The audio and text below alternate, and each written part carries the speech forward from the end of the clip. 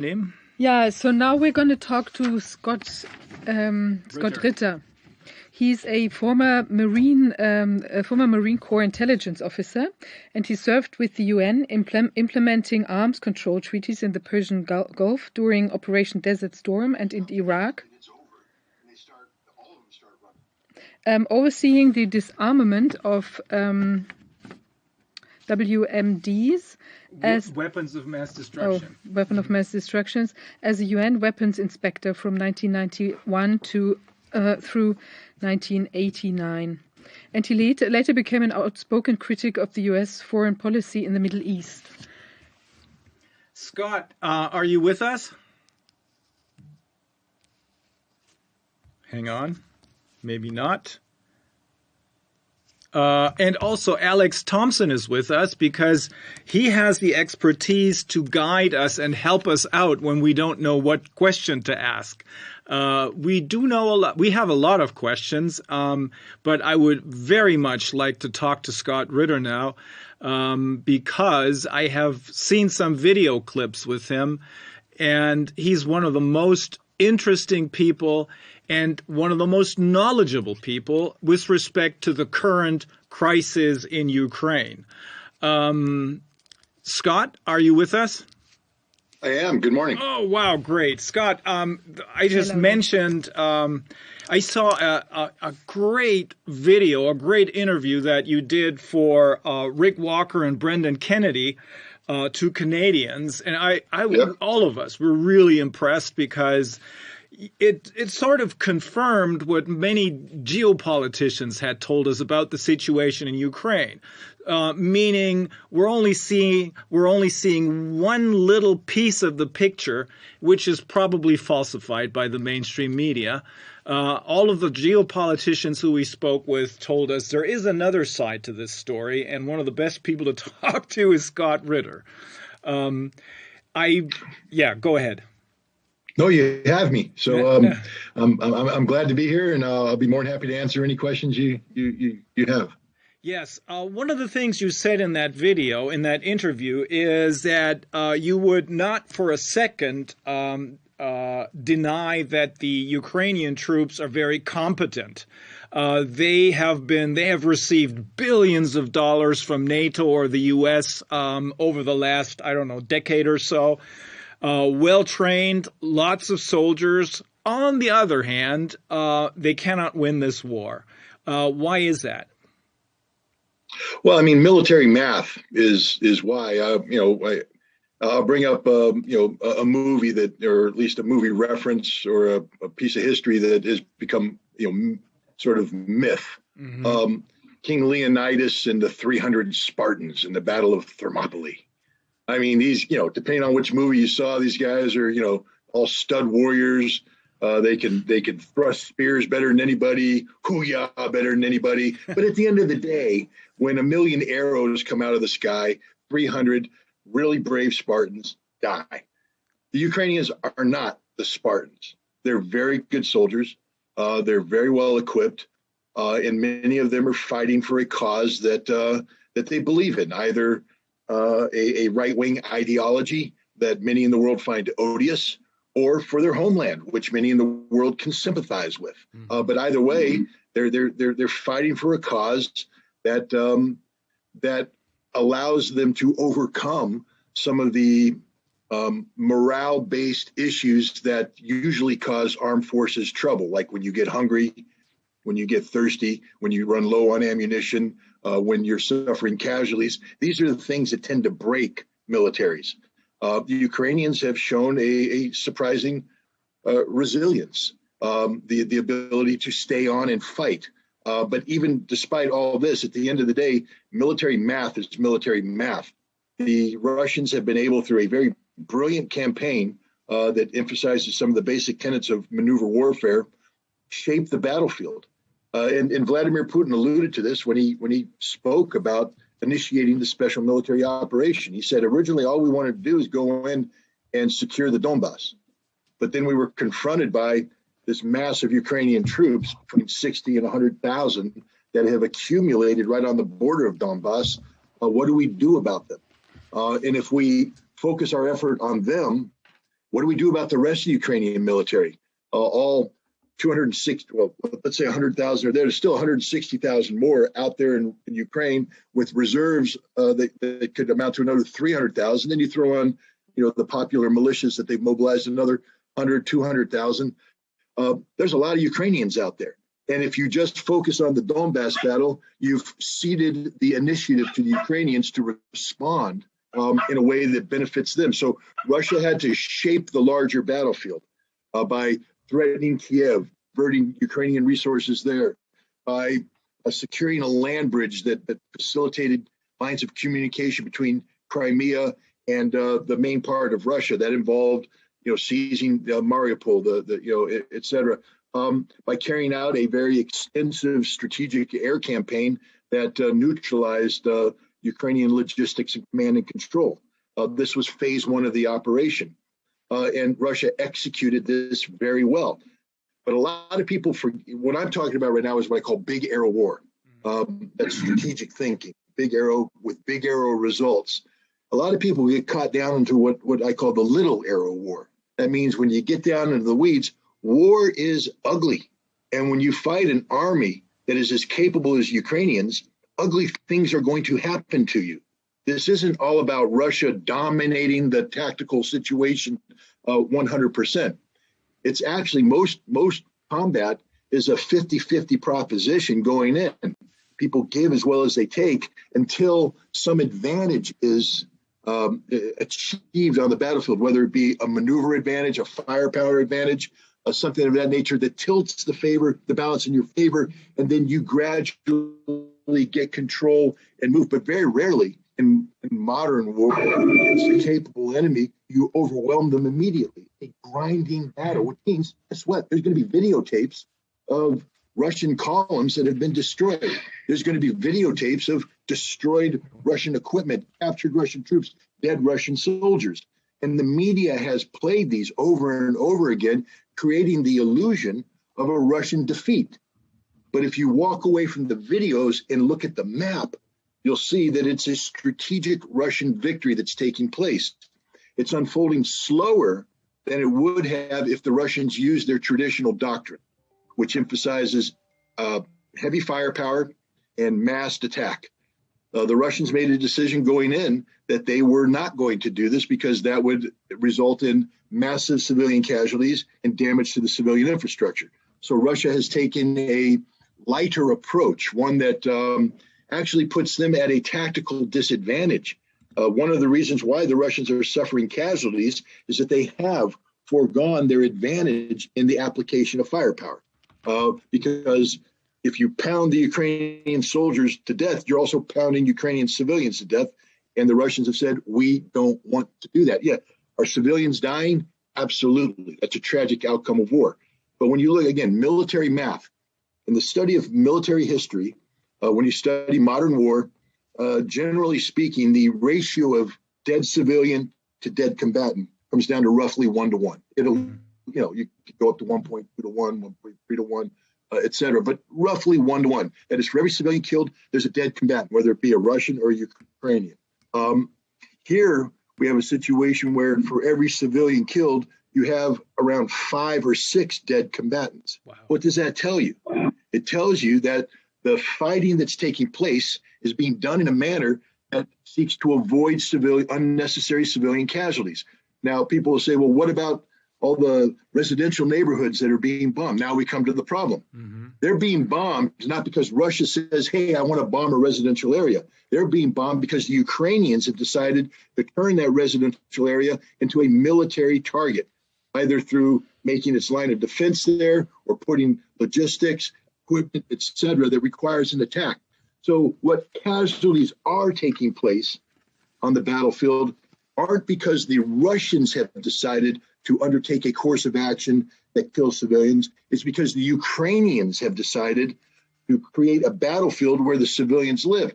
And this is problematic because the international humanitarian law, the laws of war, prohibit the use of human shields. And this is exactly what the Ukrainians are doing by allowing civilians to be integrated into the battlefield. The Ukrainians are creating a de facto human shield. And So when all these allegations out here about war crimes, this, war crimes, that, at the end of the day, if you dig deep into every single one of these issues, you will find more often than not that the problem isn't Russia, the problem is Ukraine. And again, this all plays into a perception that's being portrayed by the media that is negative towards what Russia is doing. I'm not here to cheer on the Russians. They made a geopolitical strategic decision that they have to explain to the world at some point. They've tried to justify it through Article 51, preemptive collective self-defense. I believe they have a case, but it's a tough case to make. And it's someday they're going to have to make that case. I'm not sitting here saying that Ukraine doesn't have sovereign rights. They do. I'm just talking about the reality on the ground. Regardless of which side you're on, the reality on the ground is that Russia is winning this conflict. Moreover, Russia will win this conflict. You said in that aforementioned video that right from the start, it was clear that Russia wasn't really trying to take over Ukraine. If they had wanted that, they would have had to go in, and again, this is military math, they would have had to go in with a force of soldiers 3 times as many as the Ukrainians, meaning 1.8 million soldiers, I believe, because the Ukrainians have some 600,000 fighters. And they didn't. They came in with 200,000 soldiers, which means that they must have, because they're not stupid. You said Putin, like him or not, but he's a smart person. He's good at what he's doing. So he didn't make a mistake. Rather, he has a different objective, meaning he wants to denazify Ukraine, and he wants to protect those people who are Russia friendly, which is a large part of the population. Is that a correct assessment? Yes, the 26%, I believe, of the population in Ukraine is ethnic Russian, and then a larger percentage, speak Russian as the first language. There's another objective too, which a military objective, which is the demilitarization. Yeah. That is the fact that the Ukrainian military had become a de facto proxy of NATO. Russia has decided that they will not allow this NATO-like structure to exist on its borders, and therefore they're going to dismantle it. It could have been done voluntarily, or it can be done the way it's being done right now, which is through the application of extreme violence. And then both these military objectives are attached to an overall political objective, which is the neutrality of Ukraine, that Ukraine will not be a NATO member ever in perpetuity. Not going to happen. Yeah. And that's what precipitated this conflict to begin with. This is the expansion of NATO eastward. Despite assurances given back in 1990 to Mikhail Gorbachev that they wouldn't take advantage of the collapse of the Warsaw Pact. Now, the Warsaw Pact didn't collapse when they did, but Germany had unified, and that was the beginning of the end. And everybody knew that when they talked about not 1 inch eastward, that it was not just Germany they were talking about what would happen eventually when the rest of the Warsaw Pact, dissolved. But this expansion was deemed to be a threat by Russia with just cause. NATO keeps calling itself a defensive alliance, but the fact of the matter is, in recent history, NATO has been an offensive alliance.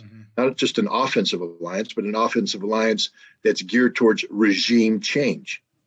The attack on Serbia was designed to remove Slobodan Milosevic from power. The attack on Libya was designed to remove Muammar Gaddafi from power. The reinforcement of Iraq in 2004, the training mission, certified a military campaign that was designed to remove Saddam Hussein from power. And of course, the efforts in Afghanistan, deemed to be nation building in nature, were in support of regime change of the Taliban. So it's not just that NATO is an offensive organization. NATO is an offensive organization whose military objectives almost always include regime change.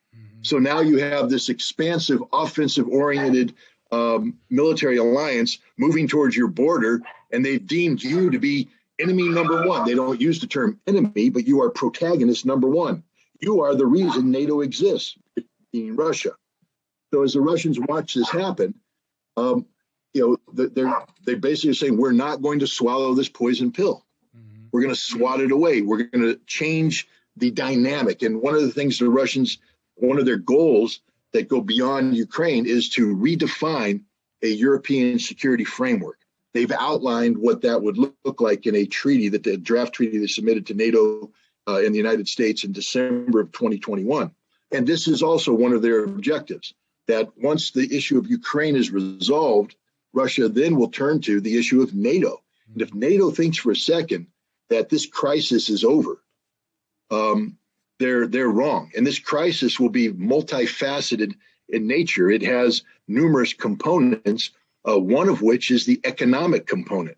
Mm-hmm. I think today is the day that the gas is going to get shut off throughout Europe if they don't pay for it in rubles. If the German chancellor hasn't figured it out yet, he committed political and economic suicide by aligning himself with the United States on this issue. And I think the rest of the so-called democratic leaders of Europe are going to figure this out too. The wonderful thing about democracy is that you are ultimately held accountable to your constituents. And if you've created this set of circumstances that have industries shutting down, heat being turned off, your country ceasing to function normally, I always recall the words of James Carville, who was Bill Clinton's a campaign advisor back when Bill Clinton was running for office and running for president in the early 1990s. Clinton was talking about foreign policy and all this stuff. And Carville said, no, it's the economy, stupid. That's the only thing you need to worry about if you want to get in power. People vote their pocketbooks. And right now, the pocketbooks of Europe are about to become empty. And the Russians know this. So the Russians are going to be pressing forward advantages, not just a geopolitical advantage they're shaping in Ukraine in terms of demonstrated military supremacy. Because this isn't just about beating Ukraine. Russia is defeating NATO. This is a huge embarrassment for NATO. NATO set Ukraine up to fail. And this is on the heels of yet another NATO embarrassment in Afghanistan. So NATO is coming out of this not looking strong. Joe Biden can come and give all the speeches he wants to in Poland and in Brussels. But the reality is NATO is impotent. They look impotent. They don't know what to do. They don't know how to react. And now they're talking about spending hundreds of billions of dollars and beefing up their military to respond to this new Russian reality when their economy is about to tank. Where do they think they're going to get that money? Do they think American troops are just going to magically appear on their soil? They don't understand the modern reality of America. You want American troops? You pay for American troops. Because we're going to, have to gin up new brigades. We only have 9 armored brigades in the United States military.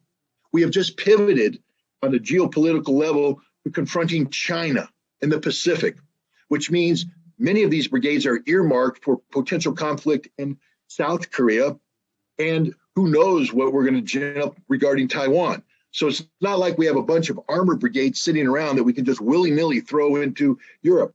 The last time we confronted Russia, it wasn't about armored brigades, it was about armored divisions. Mm-hmm. We had things called the 2nd Armored Division. We don't have that anymore. We had the 3rd Armored Division. We don't have that anymore. We have 2 armored divisions, I believe, 1st Armored Division and the 1st Cavalry Division. And then we have several armored brigades that are attached to mechanized infantry divisions. We don't fight at the division level anymore. We don't fight at corps level. Guess who does? The Russians. They're proving it right now. So, NATO is talking about beefing up its security on the eastern flank with what troops? Who's going to do this? The 82nd Airborne? They are road bumps. I have a lot of respect for soldiers who jump out of airplanes. It's pretty cool. But when they land on the ground, they're still just an infantryman with a rifle, maybe some mortars, maybe some Javelin missiles. That's it. And when the Russians come at them with the 1st Guards Tank Army, they die instantly. You think the Polish military is ready to stand up to the Russians? You think the Romanian military is ready to stand up to the Russians? You think any of the Baltic militaries are ready to stand? You think the 4 battle groups that NATO has assembled and the Baltics and Poland are ready to stand up to the Russians. They're not, because they're small and they don't have any depth. When they get into battle, war is a grinding, bloody process, as Ukraine has proven. And when you take a reinforced battalion-sized battle group and throw it into combat, and it grinds down, and you don't have any reserves, it's over. It's over. They can fight bravely, but they will die bravely. They will be taken prisoner bravely. That's the reality of NATO today. And now NATO is confronted with, they've had 30 plus years of leisure activity, living off of the fat of American military strength. The German army used to be something to applaud. I'm not a fan of German militarism, but during the Cold War, the West German army was a very competent army, a very large army with large armored formations. Today, the German army is a joke, a literal joke. They cannot maintain their forces. In order to put that battle group into Lithuania, my God, German tanks in Lithuania, who would have thought it could ever happen again? I mean, just the vision of that alone tells you that the Germans are incompetent. Yeah. But now you come to the fact they want to put this battalion there. The two armored brigades that they had to cannibalize because they can't get the brigade out of the caserne because nothing works. They haven't maintained it. And even if they got it out, they don't know how to fight. So who are the Germans fooling? And now they want to spend $100 billion to magically recreate the Wehrmacht. I mean, it's crazy talk. And to what purpose? The Russians do not want to refight the Battle of Berlin. So Berliners, you're safe. The Russians aren't coming for you unless you push it. Unless we push it. And some of this has been happening. Some of this push has been happening. All the Russians want is a return to the 1997 NATO structure. Mm-hmm. They're not saying that Poland and the Baltics and Romania and Bulgaria have to leave NATO. No, Russia doesn't care. Stay. Mm-hmm. But what they don't want is NATO infrastructure brought into these countries close to the Russian border. So they want to redo. And if NATO would just put on their thinking caps, they would recognize that this is sound. This is positive, because anything other than that recreates the Cold War, which Russia is ready right now to fight. And NATO's not. Yeah. So why do you want to create the conditions for something you are not ready to do? And frankly speaking, will never be ready to do, because Russia is getting ready to shut down the European economy. Yeah. And how are you going to pay for this militarization? And even if you do this, does Europe really want to totally surrender itself to the United States? Because that's what's about to happen. Yeah. If Europe buys into this new NATO, et cetera, Europe is going to be, subordinate itself politically, militarily, and economically to the United States. Who's making money out of this whole shift to gas? It's not Russia. It's the United States. If Europe stops buying Russian gas and starts buying American gas, and if the Americans could provide it in the quantities that that Europe needed, Europe's going to be paying through the nose for this gas. It's going to be more expensive. Yeah. So if this is really the direction Europe wants to go, so be it. But if they were smart, they'd consider not only the reality of what's happening on the ground in Ukraine, but what's happening, what's getting ready to happen economically and frankly politically to the rest of Europe because of NATO's irresponsible expansion eastward. May I ask Scott at this moment about the thorny issue of Russian troop morale? This seems to be one of the most contested elements of the war in propaganda right now.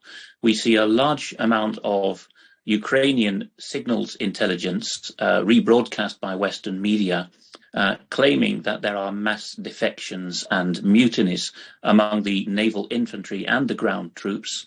Perhaps an over-egged claim that many of the troops are poorly trained and equipped Russian Muslims from the Caucasus and Central Asia, or the Siberian Muslim belt, and these men have no affinity with what is going on. A lot of desperate call mama type signals intelligence suggesting that the Russians aren't even getting a chance to engage Ukrainian eyeballs, because in some calls that have been disseminated, the claim is before we even even see them. They hit us with their grads. Now, how much of this can you take at face value, particularly given that the boss of my old institution, the British Signals Intelligence Agency, GCHQ, Jeremy Fleming, said just a couple of days ago in Australia, and very interesting that a single source intelligence boss would even dare to say this. He wouldn't have done it in my time, but he is now saying that what the claim is the Russians are not able to win this war, and Putin's military bosses are afraid to tell him the truth. This claim has also been echoed, by the way, by the incoming chief of the British General Staff, Admiral Tony Radakin. How much credence do you set in this? Why would the claim be made at all? And how much of a picture can you get from signals intelligence on its own as to Russian morale? Well, let's start with the larger picture. Why would they be doing this? Especially, why would the head of GCHQ be speaking about intelligence matters of some of the most sensitive sources of intelligence imaginable? I mean, you and I both have, I assume, have worked in the SIGINT field, and we understand that when you finally are able to get into a target through SIGINT, the last thing you want to do is give any hint that this has occurred, because in an instant, all of that goes away. And if that's satellite driven, you've lost billions of dollars.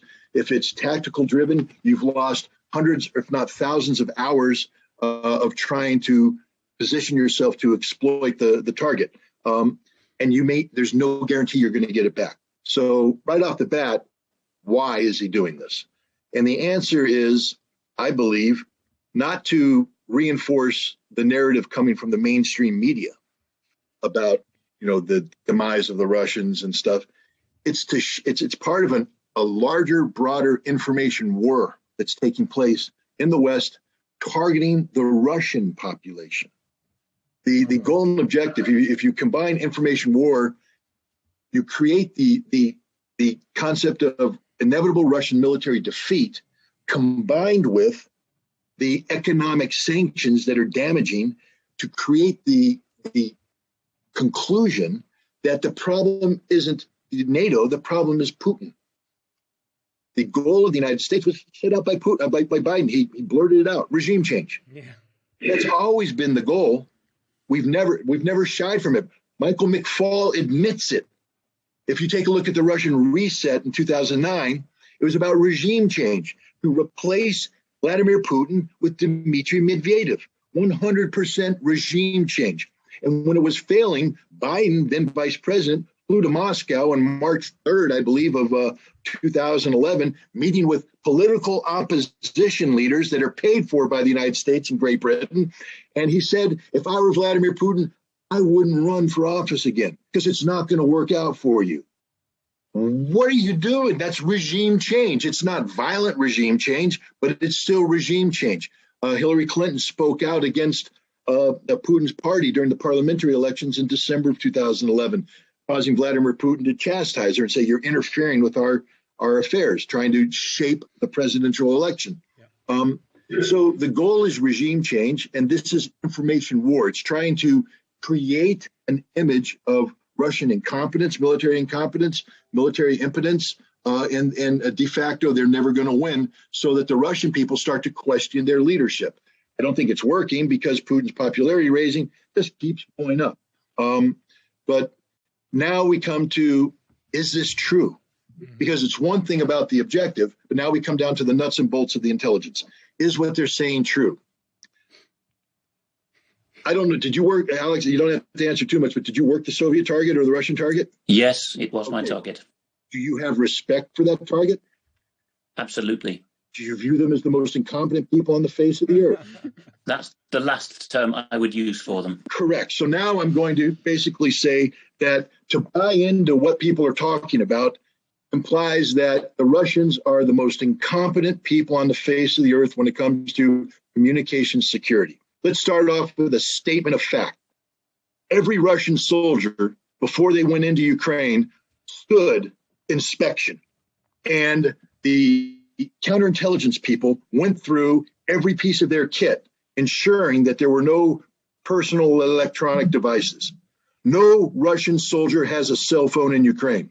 So, if I may interrupt you just there, Scott, the shock and awe propaganda of this week from I don't think from the official Ukrainian MOD, but from these embedded far-right elements, is one of supposedly the corpse of a Russian soldier from which a mobile phone has been extracted, and the troops who've dispatched him call Mama and gloat over how he's now in bits spread over the field. So how does that square with fairly elementary ComSec such as you have described, which even the West in its better days would have done before sending its troops into enemy territory? Well, what it squares is we're looking at a very sophisticated information warfare propaganda ploy. First of all, let's talk about the cell phones. Here in the United States, you might be able to find one or two Luddites who haven't put in some sort of security code or facial recognition feature or whatever. So the idea that a Russian soldier, A, has his phone on him, and B, it's going to ring and it's going to say "Mama," and C, a third party is going to be able to pick it up and access it, because my phone, when it rings and says "Mama," and I hit, I want to answer it, it says, "Please enter your security code." Before the phone, that didn't happen. It said "Mama," and he boom answered. So it tells you it's a ploy. This is pure propagandistic ploy. What even the Ukrainians have had to admit, as it became clear that their story about cell phones, because the Russian mommers are going, wait a minute, a boy's got his phone? How come he's not calling me? Yeah. You got 1 million Russian or 200,000 Russian mamas calling the Ministry of Defense saying, why aren't they calling? And the Ministry of Defense saying, because they don't have their cell phones. Well, what about that? It's a lie. Nobody has their cell phones. And the Ukrainians went, yeah, it's not working. So, here's the news story. The Russians are stealing Ukrainian cell phones from the innocent population, and then the Russian soldiers are using those cell phones to call home to Mama. Now, again, it's the same problem. Let's just say that I'm Private even Schmuckatelli, and I've decided I want to call home to Mama. So I find a Ukrainian civilian, and I butt stroke him in the face, and I grab his cell phone. Even if I'm clever enough to take his thumb to get his biometrics or hold it up to his face or put a pistol to his head and get the security code, do I remember that? Because the face only works one time. Yeah. I can attest to this. Also, not only that everyone in Eastern Europe uses security codes and mostly Android-based phones as well, but more particularly that for lack of paid call time, mostly they will use the Viber app, the Eastern European market equivalent of WhatsApp. And again, there you're going to need cell data. And again, Absolutely. The SBU, the Ukrainian Intelligence Service, will presumably, I haven't checked this for myself for my faults, but will presumably have put a blanket ban on calling numbers beginning with country code +7. So there's another obstacle to this claim, isn't it? So this is just pure fiction. So now we come down to the phone calls. So we've established that the likelihood of a Russian picking up the phone and calling home to Mama is slim to none. But what about these recorded calls? They're all faked. They're literally all faked. They are the SBU, and I would tell you, it's not the SBU alone. Even before this war started, the CIA and MI6 was heavily integrated with the Ukrainian intelligence services. Extremely heavily, going back 15 years before. Right, and one of the aspects that's going on right now is information warfare. The CIA has an entire well, hell, MI6 has or IO. Imagine what IO stands for, Information Operations. Their whole job is black propaganda. The CIA, under the Special Activities Group, whatever they call them nowadays, and the Director of Operations, has a political action element, a component of which is information warfare, information operations. They have been working with the Ukrainians from day one to shape this image. And what we're looking at is a very sophisticated information operation with so-called intercepted conversations. They're not intercepted conversations of secure Russian comms, because Russian comms, I have to laugh, because the implication is that the Russians can't communicate. Mm-hmm. That's the implication here, that because some of these calls are from subordinate officers calling their superior officers with the most whiny of messages. We're hungry. We don't have any ammo. We don't have any fuel. We're scared. What are we doing here? Absurd in the extreme. Again, study the Russian target. I have. I can tell you right now that the idea of a Russian battalion tactical group getting ready to cross into Ukraine, thinking it's an exercise, no way, is childlike. Yeah. They also thinking that they don't know where they're going is childlike. These troops have been well briefed on several things. One, what their immediate tactical objectives are, how that immediate tactical objective feeds into an overall operational concept, and two, what their rules of engagement are.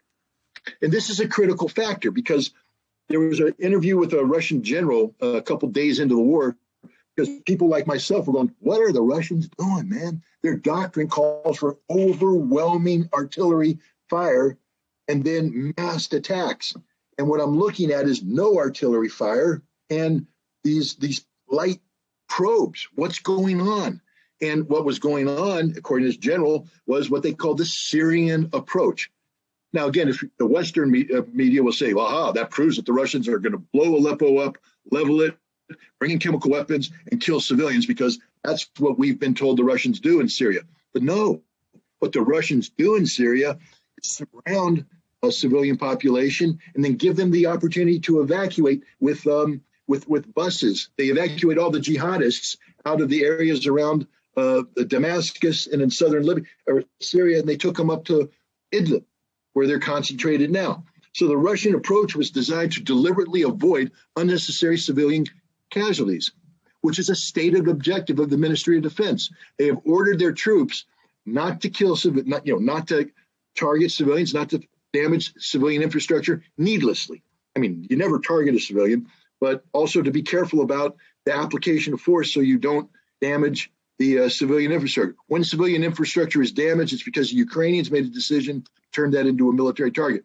But my point here is that these troops are extremely well briefed, and we know it. So the idea of this poor, besotted, Ivan Shmukatelli not knowing anything and just hopping in his vehicle and driving along, and oh my God, I'm in Ukraine, and oh crap, they're firing at me, and oh damn, everybody's dying, and oh, woe is me, call mama. No, that just isn't happening at all. We know this because we've seen they've captured the Russian tanks. And if you look at the Russian tanks, there's secure comms in the Russian tanks.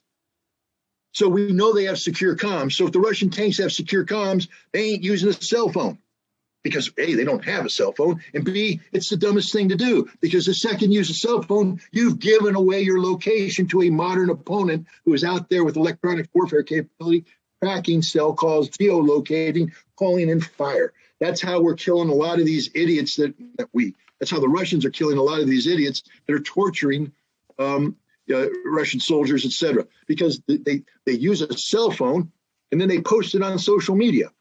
And that creates a signal that then gets intercepted, identifies who did it, and then Russian special forces, who are very good, by the way, come in, grab them, and it's not going to be a good day for these people. But my point is, to get back to the basics here, the whole cell phone thing, the whole intercepted phone call thing just doesn't stand the smell test.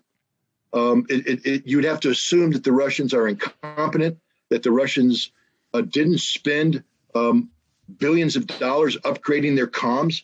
In 2008, Russia went to war against Georgia. Short little 5-day war that they were horrible in. They were awful, and they knew it. The Russian generals afterwards said, man, we're lucky, because the Georgians knew how to fight. The Georgians were trained by Marines, and the Georgians were doing some wonderful stuff tactically, really bad stuff operationally, and a bad strategic idea to go in. But tactically, they were doing well, but they lacked the mass. So the Russians were able to come in with artillery and armor and grind them down and move on. But the Russians were saying, we're not that good. We're really actually pretty bad. We're lucky that the Georgians didn't have more capability, because it could have been a different outcome on the battlefield. So they started a dramatic modernization program, and we saw some of this in 2014 with the Little Green Men and stuff. But even then, the Russians weren't all there. Around 2016, they started to reorganize their military, going away from a pure brigade model, now bringing back, for instance, the 1st Guards Tank Army, the 20th combined arms army, large offensive oriented. This is the key, isn't it, though, Scott? It's combined arms, really, because, you know, from the beginning of the Cold War onwards, they had inherited the operational level of warfare, which had largely won them the Eastern Front. And then combined arms was largely regarded as a NATO, largely UK, Canadian, US speciality until recently. But I think you're making a good case here that from about the middle of last decade, Russia has been the master of combined arms ops. Not just Russia is the master of combined arms. Look, I used to be the master of combined arms operation. When I was in the Marine Corps, you know, I came up as a junior officer when the Marine Corps was embracing maneuver warfare in a big way. From a conceptual standpoint, the philosophy of it ingrained. General Al Gray was the commandant, and he brought it down. And I spent 2.5 years in 29 Palms, California, mastering maneuver warfare, combined arms operations at an artillery battalion. And we were self-propelled, and we spent 250 days a year in the field firing live ammunition all the time, and we were masters of our profession. Well, guess what? We don't do that anymore. For the last 20 years, we've been running around in Afghanistan and Iraq doing low-intensity conflict, counterinsurgency operations. We were very good at kicking down the doors of civilian houses, shooting civilians. We're very good at dropping drone strikes on wedding parties. We're not very good at combined arms operations because we don't do it anymore. Now we're trying to rapidly do it, but we don't have the military to do it anymore. The reason why I brought up 250 days a year in the field and the amount of ammunition we shot is that's expensive. To become really good at this is an expensive proposition, and it requires constant training.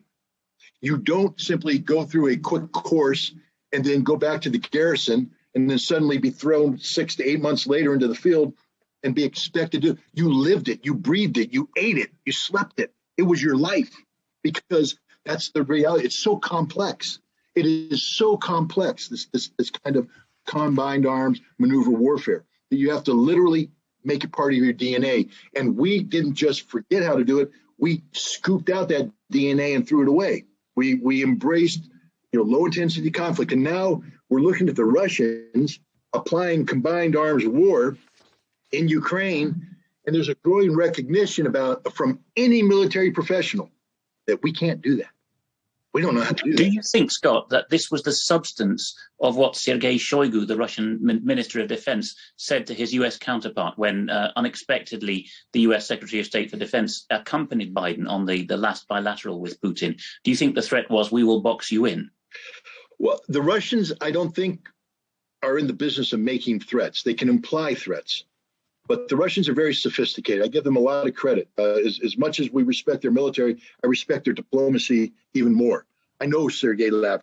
I worked with him. He was at the UN. A very, very clever, intelligent diplomat, backed up with a diplomatic corps that is second to none. So the Russians don't do. I mean, again, that's just one of the things that cracks you when you hear all these people. Well, the Russians are, sending a signal, and they're blunt and they lie, and no, they don't. The Russians are sophisticated. The Russians are polite. The Russians give you every opportunity to take the off-ramp before it becomes too late. And I think Shoigu was making, I think the point that he was making is that there is a military technical component to our solution that we don't want to have to apply, that we prefer to do this diplomatically. But I'm here to remind you that if you ignore us, that we've put this new security framework out there to be worked out. If you ignore us, I exist. Mm-hmm. And I'm just here to remind you that I exist. I'm not making a threat. I'm simply saying I exist. Mm-hmm. And don't forget that. And I think we forgot it. We didn't take the Russians seriously. Yes. I mean, we've denigrated them, we've demeaned them, we've belittled them. Yeah. And the Russians right now are basically saying, we are here. Yeah. As Putin said in 2018.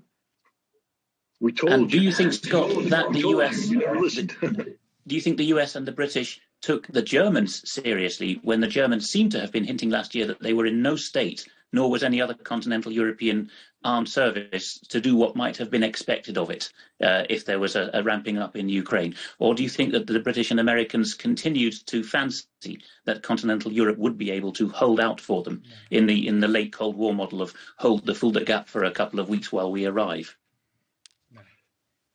I can't speak to the British anymore, but except to say that I think the Croatian Prime Minister got it right when the British Minister of Defense showed up and he said, "We're not meeting you. A, you're not a member of the European Union anymore, so why would I meet with you? And B, you're Britain. You got nothing, man. You got nothing. Your military is a joke. Get out of here." When Croatia says the British military is a joke, then the British military is a joke. The player here is the United States. And the United States has become a prisoner of its own rhetoric. We're very good at throwing words out. We're very good at making promises, as if we can, by creating the perception of grandeur actually exists. We saw that in Afghanistan when Joe Biden in July called up Ashraf Ghani, the president, and Ghani's crying. There's a he's saying, "I got 15 to 20,000 Taliban and Pakistani jihadists coming across the border, and I got nothing to stop them with except your air power. You're slowing down your airstrikes. We need you to ramp that up, or else it's all over. It's done." And Biden said, "Whoa, whoa, whoa, whoa, whoa! Shut up! I need you to go and tell everybody everything's going to be okay. We have to create the perception that everything's going to be okay." And this is a direct quote from Biden, even if it's not true. So Biden instructed the Afghan president at a moment in time when his country is literally falling to the enemy to lie, to create the perception that everything's okay. Now we come to Germany, NATO, and Europe. The Germans aren't stupid. The Germans know their economy better than anybody. And the Germans did the math and said, if we lose Russian gas, we're in trouble. Fact is, all of Europe looked at that and said, because it's a cascading effect, given the way that it's integrated. You can't just wall off the German economy from Europe. If the German economy falls, the French economy falls. If the French economy falls, the Spanish economy falls. It's a domino effect that happens instantaneously. So all of Europe went, we got a Russian energy problem here. And the United States said, don't worry about it. We got you covered. We have a plan B. We didn't have a plan B. And Germany has just found that reality out. Yeah. We are told that the plan B was US liquefied natural gas being imported in bulk, which I think even Britain is not really completely set up to do. There is a port in West Wales to import it. I think Germany has one too, but you can't switch overnight, even if you can afford American LNG. Well, even if there's enough American LNG, which there isn't. Yeah. You want to know one of the reasons why there's not enough American LNG? Because China bought it all. So the Americans are selling it to the Chinese because we're going to get greater profit at a time when Europe says we desperately need it. So how good of a friend is the United States? But even if all of the LNG was sent to Europe, Europe can't absorb it. And even if they could absorb it, it's still not enough. This is why the United States went to Qatar and tried to get Qatar to basically redirect its liquid natural. We even went to Algeria and begged the Algerians to send gas to Europe. Algeria told us to take a hike. The Qataris are looking at it. But the fact is, all the assurances the United States gave amount to a hill of beans. They're nothing. And now Europe's left holding an empty bag with Russia getting ready to play hardball. Yep. And if anybody thinks that Russia's joking around, I hope people come out of this understanding that Vladimir Putin does not bluff at all. And when Vladimir, I think that the strongest testimony to what you're saying there, Scott, is that all the intelligentsia, the pro-Western or Western-leaning but moderately so people in all of the countries neighboring Russia are saying, well, we may have to bolt, we may have to flee the region completely because, okay, we have our question marks over their reasoning when they say, I don't want to live under a Putin-dominated Europe. You can accept or reject that reasoning. But the fact that they are all saying that implies that they, who know the Russians better than anyone, these bordering countries, know that this is not going to go away anytime soon. The Russians are not offering a feint. They're actually going to follow through on what they're threatening. Yeah, and the Russian, look, I don't believe that Russia plans any military operations beyond Ukraine. I don't think the Russians aren't suicidal. They're not going to test Article 5 of the NATO Charter.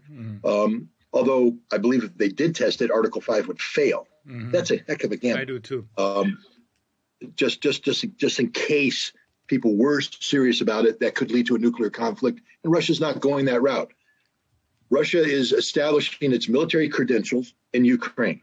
And believe me, once all the propaganda goes away and true military professionals sit down and study what has happened here, the West is going to wake up and realize that Russia's fighting a war that they're not prepared to fight. Yeah. First of all, which Western democracy right now is willing to take 30 to 50,000 dead? None. None of them are. So, and that's what we're talking about when you fight the Russians. We're talking about, because Russia's not going to come in soft Poland. Russia doesn't give a damn about the Polish civilian or civilian infrastructure. If Russia comes into Poland, they're going in with rolling barrages. They're going to kill everything, and then heavy masses of armor is going to push through and grind everything. While where's the Russian Air Force? It's coming in dribs and drabs. Why? They're holding in reserve. They've displayed the Kinzhal. I know I'm saying that wrong because my Russian language abilities were developed in college. Yeah, well, I drank beer and played football. But, but I do know it means dagger. But they've deployed two of them, not because they needed to fire them against the Ukrainian target, but to remind NATO that, hey, if you guys really want to play this game, we got a whole bunch of these, and you can't stop them. And whatever we aim them at, they're going to hit. And that includes, for instance, that wonderful shiny building you have in Brussels you call NATO headquarters. It will be gone.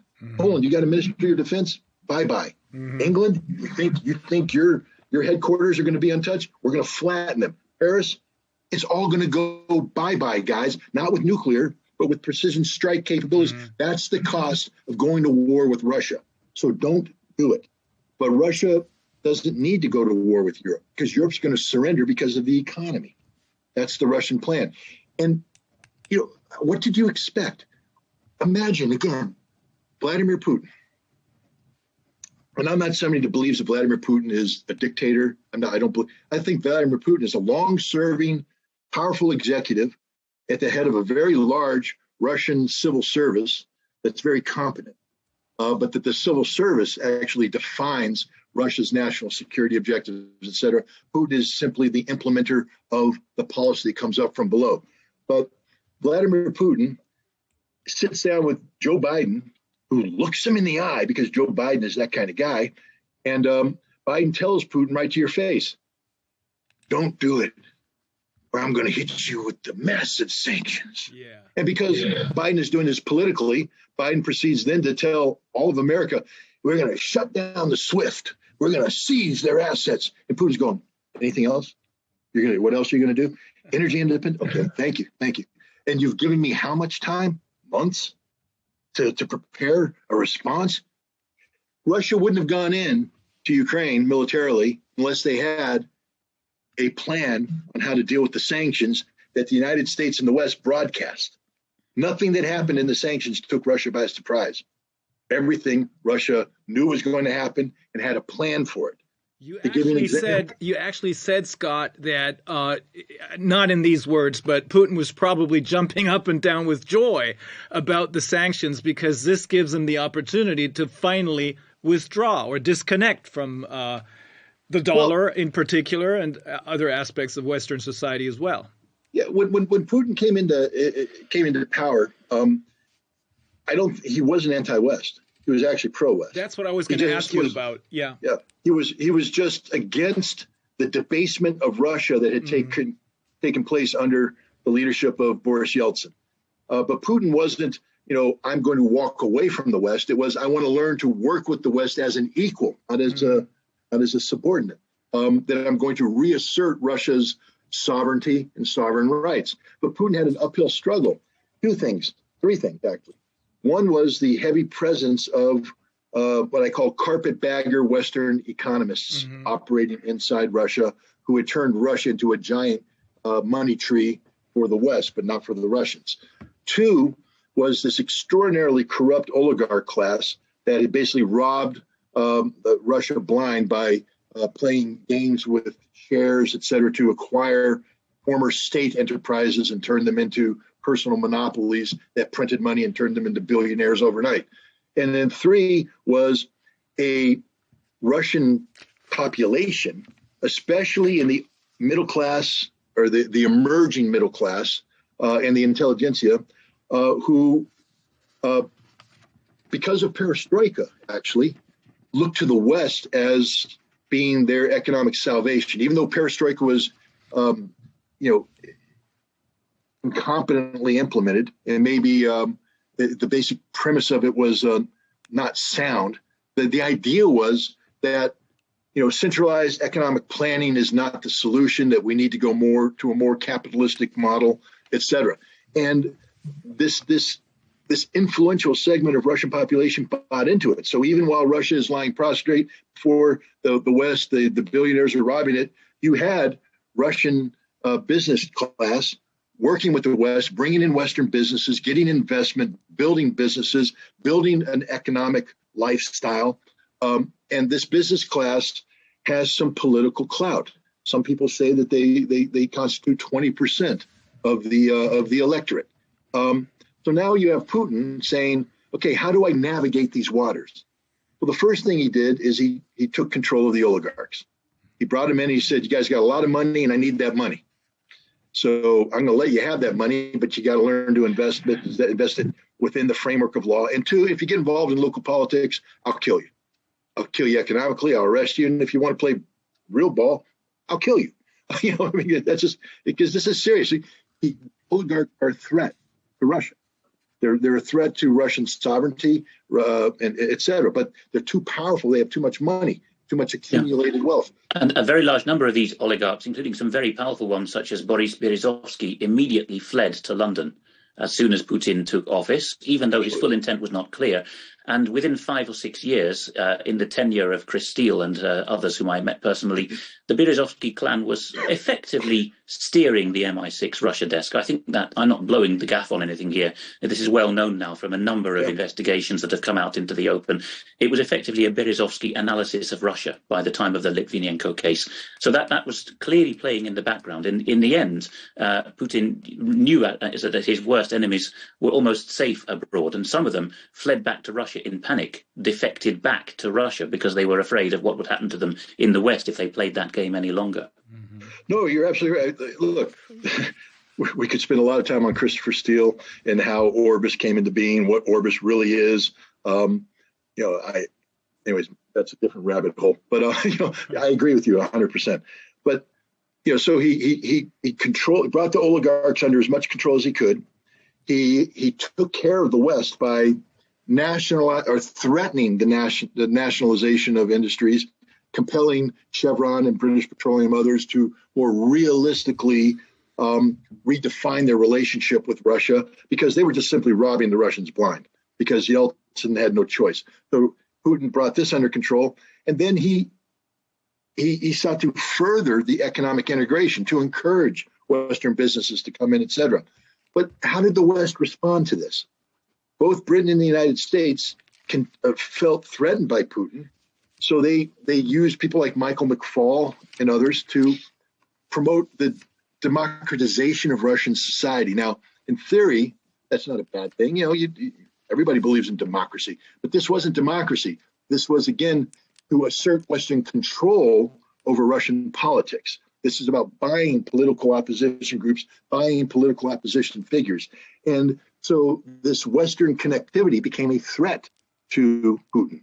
But Putin was never able to divorce himself from the West because a divorce would be radical in nature. And immediately he would have 20% of this electorate who's pretty much apolitical. They're going to vote for you as long as they have economic benefit. And besides, there was an octopus reaching both ways. There was the octopus reaching from London and the CIA into Russia because the oligarchs of the previous regime knew very well where Russia's weak points were and knew how to sell the worst story about the Putin administration. But there was also an octopus reaching from London, New York and Switzerland into Moscow in the form of the auditors, who were auditing everything right through to the military-industrial complex in Russia and acting as effectively the front line of Western intelligence. Absolutely. And that really took until the mid-2010s to be addressed. So it took a decade or more for Putin to clear the decks to be able to deal with the economic traitors in his midst. One of the greatest intelligence victories the West had, among many during this time, because Russia was literally an open book to be plucked, was the Cooperative Threat Reduction Program, the Nunn-Lugar Act, that created an entire defense agency whose sole job was to go in and take control of the greatest national secrets of the Soviet Union, their nuclear infrastructure, their biological, their chemical weapons, and all that involved. That the U.S. insinuated itself in there, and then got upset with Putin when he said, "We don't need your money anymore, so take a hike," because there was a pure intelligence operation. I mean, it really, that's what it was. It was a threat to Russia. But the bottom line is Putin was held hostage to this. You couldn't dramatically break from it because you could lose an election.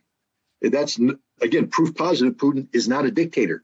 He is vulnerable and during an election. He could lose an election. So what did the West do? The West just gave him the greatest gift. First of all, by targeting the oligarchs and seizing their assets, they neutered the oligarchs. Now the oligarchs are in Russia with no money, no power, no nothing, and Putin's going, leave. I don't want you anymore. You're traitors. Go back to your mansions. Get out of Russia. You're no longer a factor. I mean, Putin is literally dancing a jig because of this, because now the oligarch class has been eliminated. It's no longer. And the ones that were in London all this while, who thought that they were buying their freedom by donating to both of the usual ruling classes in Britain, have suddenly found that they are also out on their ear. They are being held by the short ones, aren't they? And told you will completely surrender your assets to us and become anti-Putin shill. And they don't even have a yacht to retreat on anymore. But then the other gift they gave him was this 20% of the electorate that's entwined with the West. There's a divorce now. It's an absolute divorce. It's a violent divorce. But Putin didn't bring it on. The West did it. Yeah. And so you're not getting the kind of political backlash that would have occurred had Putin been the initiator of this divorce. And so what now is you have a Russian population feeling betrayed by the West and embracing the pivot that's taking place right now. How do we know this? One, I mean, Putin shut the markets down, but then he reopened them and the markets are functioning normally. In fact, they're going up. They haven't collapsed the way Biden bragged that they would. Two, Putin has been masterful. I don't know what I don't know what the long-term opportunities are for the ruble, but in the short term, what a dramatic thing he's done, linking it to the gold standard and then demanding payments in ruble, and suddenly the ruble is a currency of trade. And so everything the West thought was going to happen in Russia isn't happening in Russia. The Russian people didn't rise up. The ruble isn't collapsed. The market hasn't collapsed. In fact, the more Russia pivots, the more investors from other non-European entities start to move into the vacuum created by the departure of the West, the stronger Russia's going to get. So, this economic war that Europe bought into, sold by the United States, turning out to be one of the greatest geopolitical disasters for Europe imaginable. Can I ask you something? But could this be that we're looking at like some giant Truman Show, and that, like also the Russians, I mean, it sounds very credible what you say here now, but could it be that this whole, what credible, I mean, knowledgeable, but can it be that that they're actually all in bed with one another? I doubt it. No, no, because to do that, you'd have to, look, I can believe that the West can play those kind of games. Mm-hmm. I have no confidence in the integrity of the West anymore. Yeah, me neither. Or the intestinal fortitude of Western politicians. To watch the German chancellor get demeaned by Joe Biden. Yeah. And I'm an American. It made me embarrassed. It embarrassed me. But the Russians, and I know Russians. I've known them for all my life. They don't play these games. The Russians are sincere. They're not perfect. They make mistakes. They can lie. They can cheat. They can steal. I'm not telling they can't, but the Russians wouldn't. There is no modern Potemkin village taking place here today. With Russia, what you see is what you get. And that's a mistake that many in the West make, is because they're looking at something and they're thinking, well, what are the Russians trying to tell us here? Yeah, exactly. It's not even just the pseudo military officer class now. It's also the politicians, the pseudo leader class in the West, especially in Britain, who have adopted this Russian word maskirovka, meaning deception operations. And whereas 20 years ago this was a word that occasionally a colonel would use to say, well, be careful when the Russians are in the field, they might be doing a feint. Now it's on the lips of Prime Minister Boris Johnson. You know, everything the Russians say is maskirovka. This word has been denuded of all meaning now. Yeah, and the reason why they're doing it is that the West has lost all intellectual credibility when it comes to evaluating Russia. Back in the Cold War, you know, we were ideologically opposed to the Soviet Union, and we had a class of officers called the Foreign Area Officer, and we had Foreign Service officers who were specialists. I was proud to be a Foreign Area Officer, Soviet specialty, junior. But I worked with some very senior guys, who generals and colonels who had been foreign area officers for some time, had extensive experience. And I worked with. And I have to say that, like their diplomatic equivalents, the US officers who were responsible for such foreign observation and liaison actually excelled the European officers in their language skills, something that's often underlooked. The best American diplomats and military officers concerned with the Russian or Arab-speaking world actually excelled the Europeans. I was a sad exception. I'm the guy that brought the average down. Well, that's because you were playing football and drinking beer, Scott. Drinking beer, that's right. I mean, I told them when they recruited me, I said, "Come on, man, I played football. I didn't study Russian, but I did it to impress the girls. That didn't even work." But seriously speaking, the fact of the matter is, what I'm trying to get at is, at that time, the Soviet Union was a closed society. I mean, there were certain opportunities to get in there, but even when you went in there, you didn't have freedom of movement, and so you were forced, in order to understand your enemy, because you remember Sun Tzu, The Art of War, know your enemy as you know yourself. In order to do that, you had to step back and evaluate what you had, which was Russian literature. Russian literature gives you an insight to the Russian soul. You had the history of Russia. And history repeats itself. Never forget that. So if you studied, for instance, the campaigns of Suvorov, and you studied the campaigns of the Russian generals during World War I, and you were able to get a glimpse into Tukhachevsky, you had a good understanding of the foundation of modern Soviet military thinking.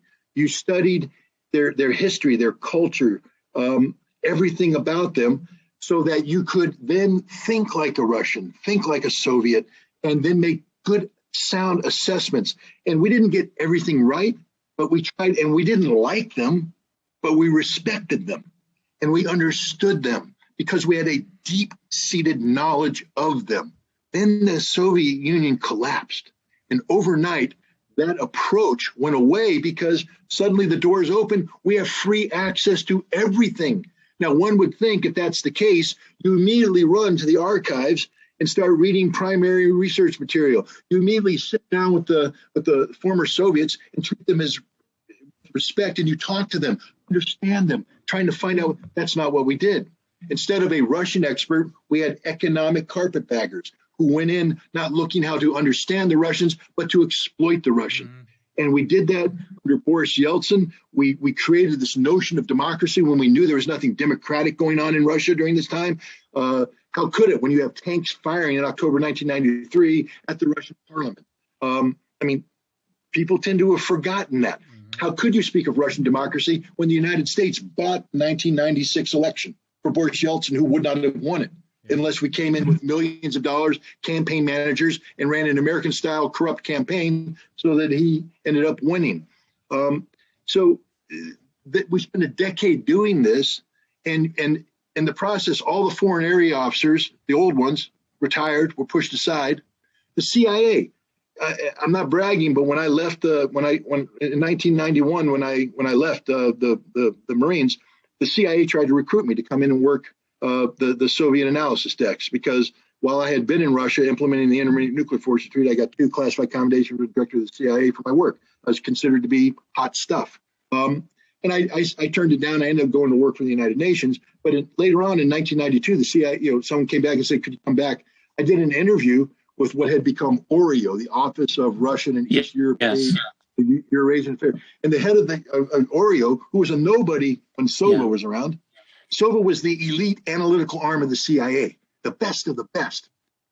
Now I come into their replacement, and he says, no, we don't need people of your thinking. In 1 year, my thinking, my approach, which got me 2 classified commendations from the director of the CIA, was now seen to be inconvenient to the new. OREO were my CIA opposite numbers, and I would go over most years, once a year, to Langley, or they'd come over to London. And most of the chit chat was all, Beltway bubble stuff. It was, I asked one lady over a sort of a British American dinner something about her husband, because she'd mentioned having children. She said, assumptions. It was all politically correct. There was very little interest in Russia as a country, I think, by the time I had to deal with the OREO guys. Right, but did you ever deal with Sova guys? Sorry? Did you ever deal with Sova?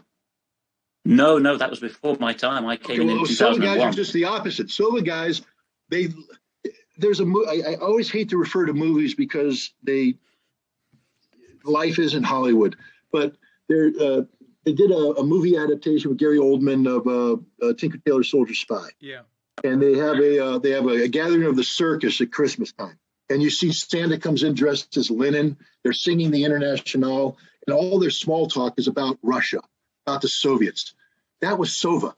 They lived it 24/7. They made jokes in Russian. You couldn't go out with them. Even if you wanted to talk about American football, they would turn it into something that dealt with. I met some of these old hands. I think some of them ended up at the State Department's intelligence unit, IND, at Foggy Bottom, and a very few went over to Defence Intelligence. The Brits did the same thing. By the end of the 2000s, at the end of my time in service, the Defence Intelligence staff, the equivalent of the DIA, was still there in Whitehall in the Ministry of Defence, doing the Russian bean counting, thinking and sleeping and breathing in Russian. And then they were told, we're going to sell one of our 2 Ministry of Defence buildings, so you're going to have to cut the Defence Intelligence staff by as many men as it takes to fit them all in one building. That was the extent of the strategic thinking involved. So again, under the colour of money, I think it was more sinister than that. It was, we don't want anyone who understands Russia anymore, because they will get in the way of what the management consultants tell us. Please don't tell me they closed down the old War Office.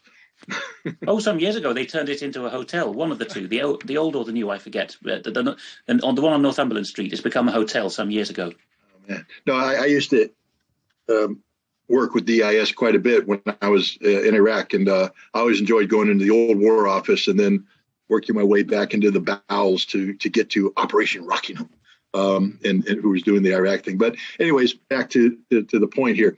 My point is, a new class of Russian expert was grown in the United States, and I call them Russian exploiters. And then when Putin came in, they became Putin haters, solely focused on Putin. An interesting, I undertook to actually go and research the academic backgrounds of many of these people. Andrea Taylor, she has a double name, Fiona Hill, and who taught them. The one thing they all have in common is that their PhD theses and their academic focus was authoritarianism. Yes. In particular, authoritarianism in the person of Vladimir Putin. So we have an entire class of so-called Russian experts today that don't know anything about Russia. Well, it's cultural Marxist critical theory, isn't it? It goes back to Adorno and Horkheimer and the immediate post-war idea in the Marxism in the West about the authoritarian personality. Yeah. So it has no legitimacy historically. None whatsoever. And yet that's how our State Department, our defense, and our CIA and and this growing national security community all view Russia. There's no more Russian experts. I mean, in the old days, I could pluck people, and I've done it because I lived that life. If you went to the American embassy in Moscow because back then it was post Clayton Lone Tree. So there was no more free association with Russians. You could only associate with Western embassies. And we found most of the other Western embassies besides the British to be rather dull. So we associate with ourselves. And so we'd come to Moscow and we'd sit down and we had an ambassador, Jack Matlock, who was one of the greatest Russian scholars in history. Okay, that tells you what the focus is. And the people under him were all Russian experts. The number 2 guy that charged the affairs today in Moscow knows nothing of Russia. He's not a Russian. He is a diplomatic security specialist. Your number 2 man is a diplomatic security specialist in the most important country in the world today when it comes to American diplomatic interaction. We don't have experts. Fiona Hill is not an expert. Ann Applebaum, even though she's not in government, is not an expert. Susan Glasser is not an expert. These are Putin haters. I call them Putin whisperers because their job right now is to whisper bad Putin things in the ears of government officials who make policy. Scott, since our hosts are German, we should talk a bit about the German BND as well, because right through to my time in the 2000s, the CIA guys who covered Russia would always, after coming to London, they would jet off to Berlin and they would, Munich in those days, and they would say the Germans are the really serious continental partners we have to talk to as well. But is it imaginable that the BND too has gone down this route, that actually regards the Russians as one-dimensional cardboard cutout villains? They used to have much better penetration, far more Russian speakers and paid agents. Well, the BND here, I'll try and rely only on what's public. But the BND the CIA used to have a huge station in Munich. And it was where the defectors, that's where the defectors came through and the refugees, and they were all processed through there. And you plucked out the ones of value, and you either brought them in. Some stayed in Munich to work for Radio Free Europe. Absolutely. Some were turned around and sent back home. That used to be a thing. Around 1991, that stopped. There was just a de-emphasis. Munich used to also produce through Radio Free Europe, Radio Liberty, that there used to be something called the Foreign Intelligence. Wasn't it just the FIS, Foreign Intelligence Service? No, but they used to publish the press. Every day you could. Yes. That was directly subordinated to the CIA later on as OSINT, the American version of BBC Monitoring. Yeah, and so basically, if a newspaper. FIBIS, the Federal Broadcasting Intelligence Service. That's it, and information service. They didn't call it intelligence, but they used to translate everything, and so even though you weren't in Russia, you could read the Russian newspapers, the local newspapers. You could get a feel. You could get the transcripts of the broadcast, so you could bring the Russian media to you. That went away. They just totally shut that down. Germany shifted gears when the Berlin Wall fell. They became an internally looking force dealing with the absorption and the challenges absorbing the East Germany. And the Russians became a secondary target, as did everybody. There was no longer. Look, when the another program that was run out of Germany that everybody doesn't want to talk about today was the support for the organization of Ukrainian nationalists, OUN. Now, OUN used to be supported because they were an extension of the Gehlen organization that created the BND that worked with the CIA from 1945 on, using the contacts from the Gehlen organization. The CIA helped direct OUN to carry out a insurgency against the Soviet Union. The OUN did horrible things. They purged the Polish population of Western Ukraine, killing hundreds of thousands. They killed, I think the total figures between 250, 300,000 civilians died in the 10-year period. 36,000 Soviet security forces died. This was big-time fighting, but they were defeated. It was all CIA funded, but then the CIA stopped funding the military aspect of it and started funding the political aspect of it. That is the empowerment of the Bandera mentality, the sustainment of Stepan Bandera as a national hero. So if you want to talk about who gave birth to what's going on in Ukraine today, it was the CIA. But even in 1990, the CIA stopped funding that because it was no longer considered to be important. It was no longer a priority. So German intelligence is to say, look, if the CIA stops funding the Galen organization's penetration of Ukraine, then it no longer is happening. Because as much as the Germans like to think they have a wonderful intelligence service, and they do have some capabilities, it's totally subordinated to the CIA. And the CIA funds much of it and provides direction for most of their overseas operations. It's pretty similar to how other supposed heavy hitters in intelligence work, such as the Turkish MIT, that actually there's more or less one-to-one. There's an American officer looking over the shoulder of every desk officer in these big intelligence services. I think the exception is the French DGSE, but otherwise the Germans, the Turks, other serious players, they're pretty much CIA steered. Aren't that good? So, Scott, I'll just say that. I have one which I consider really important question. You, when you started out, you said when Putin started out, rather, he was not anti-West. On the contrary, part of the population wanted to emulate the Western lifestyle, wanted to be integrated, and then over time, it seems like they slowly but surely realized that what they're getting from the West is all talk and no action. And in reality, and I think this is what Putin has finally realized, is I don't know who said this, either you or another former advisor to President Reagan, Mr.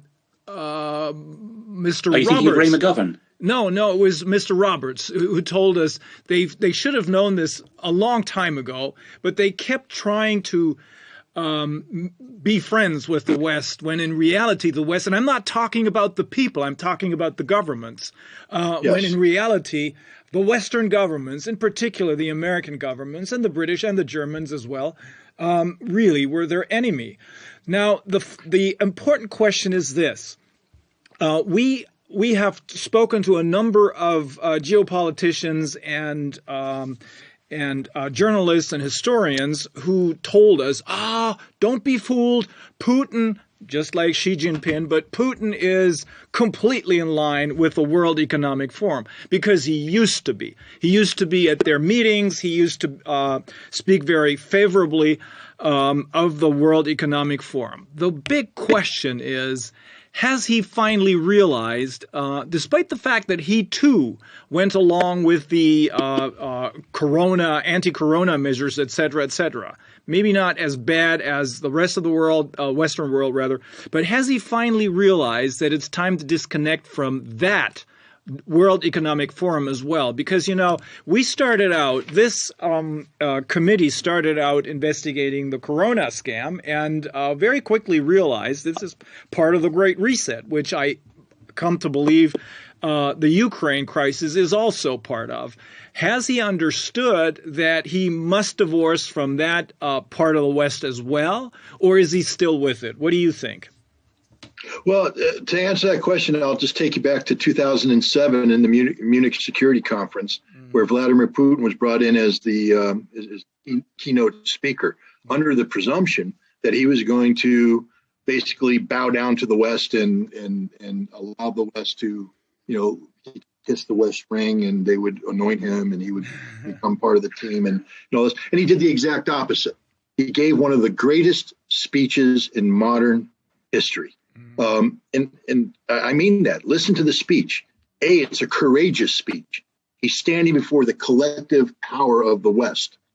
People who have held their nose over him, but are getting ready to anoint him as the legitimate successor to Boris Yeltsin, because now Putin is going to play the game. That's what they thought, because Putin had been talking about wanting to be part of the West. But Putin came in and said, I don't want to be part of you, because you stink. he said, you guys revolve around a nation that lies. The United States, they lie. They went to war in Iraq. Do you understand what you have done? I think was one of the lines from his speech. Do you That's the title of Thomas Röper's first book, by the way. The book of Putin's speeches translated into German. Do you understand what you have done? I mean, it's a wonderful statement because it's a bold question. And then he sat down and he said, the day of the unipolar world is over, that we are no longer going to be part of a world that gravitates solely around the United States, that instead we are going to build a multipolar world of which Russia will be one among equals. And his speech was brilliant, but that's the point when you realized that Putin was done. But Putin, as I said, he couldn't just walk away from the West because he had his economy was integrated. He had the oligarchs he had to worry about. He still had the influence of Western money. The price of oil hadn't quite risen to the point where Putin could declare economic independence. I think that came around 2012 and after that. But he put the marker on the table that said, I am not your tool. I am not your fool. Now, what was necessary from 2007 onwards was to create the conditions for the divorce. And the ultimate condition was that the West would have to initiate divorce. And wow, guess what the West just did? Initiated the divorce. It's the greatest gift Vladimir Putin's been given by anybody. And the West doesn't even realize they gave him this gift. Wow. So a great deal of Western petulance. Mm-hmm. Why do you think he played along, or at least that's the impression that we have, he played along with this corona hoax in his country? Well, I can't comment on that. I think, in terms of, I think a lot of political pressure was brought to bear by the perception of a pandemic threat that had to be handled. And again, Putin is not a dictator. He's a political animal, and he's held hostage to the same fears that every other population had. He also had the requirement of how do you, when the world has defined the conditions for interaction to be, full vaccination programs, then how do you do this? And he decided that he was going to have a Russian vaccination program, not to be reliant on the West, et cetera. But ultimately, at the end of the day, to be honest, it's not something that I've spent a lot of time on. I would hesitate to speak with any authenticity about this. How's about this, Scott, as a working theory? Putin is known to be quite a germaphobe. He has in common with Trump that he's germophobic and teetotal. And it seems that he spent some of the initial months of COVID in semi-isolation and seems to have been almost paranoid that the Americans were out to get him through biological means. Could it be that he took one look at COVID and thought, this is a US biological attack on China that's blown back? And could it even be that with the current Ukrainian situation, he thought, if I don't act now, there will be the Russia-focused equivalent of the China-focused COVID biological attack from the same players? It could be. I just don't have any insight into that to speak about it in an intelligent or informed fashion. What I would say, though, is taking everything you said as a premise. The Russians taking over these biological research facilities and getting access to the documentation they contained about the work they were doing would only feed that paranoia. So, the United States has a lot to answer for regarding what the Defense Threat Reduction Agency was doing in 2016. Well, with the Brits there as well, because an interesting crossover is in the recently released Russian MOD finds the documents about Ukrainian receipt or transfer of biological pathogens to the Brits. The name of Professor Maria Zambon comes up a lot, and she is the head of reference microbiology for what is now called the UK Health Security Agency, formerly known as Public Health England. Her name and official address is on these Ukrainian lab documents as receiving Ukrainian strains or samples of biological of pathogens. And she is the same woman who is involved in referencing the Christian Drosten paper published in January 2020, I think it is. And that detail is available on one website, to my knowledge, in an article from a year ago today, April 1st, 2021, The title is something like PCR Scam Part 3, and it's on the website conservativewoman.co.uk. So key figures like this Professor Maria Zambon seem to be involved in the Ukrainian biolabs right at the top, and at the same time, in the Fons et Origo, the absolute source of the COVID scam, the Christian Drosten paper. Again, divorcing myself from the COVID aspect of it, because I'm not a specialist in this at all. I can say that the special relationship isn't a special relationship. A relationship is two equals. Yeah. This is the special prostitution of England, where England is bought for and everything. And what we do with England is that we allow them to believe that they're a player by throwing them the odd bone this goes right up to our nuclear weapons that we can't fire without the US say so. And I don't think you're in full agreement with Joel Skousen, for example, but you'll know of him as an analyst. And one of the things he claims is that since the Clinton era, under PDD 60, a presidential directive, the contents of which are secret, he thinks that not even US submarine commanders, that not even the bomber boats can fire their nukes unilaterally, that the world thinks they can, the US military as a whole thinks they can, but actually, allegedly, according to Joel Skousen, not even the US commanders can do that. It would all have to go through the Pentagon and ultimately through the West Wing of the White House. This kind of authorization, but certainly the Brits have been prostituted in that way. We're regarded as good at soft power, propaganda, PR, public relations, wordsmithing, even up to our top intelligence officials now are regarded by the Americans as a good asset to use, because with that suave voice, they can speak in Canberra in the latest example and say Putin's already lost, and it somehow sounds more convincing than an American saying the same thing. But you hit it on the head. You literally hit it on the head. The simplicity. When I was at the UN, I worked very closely with DIS, with the British military component of GCHQ, the operational guys, 7 Squadron, and all those people. And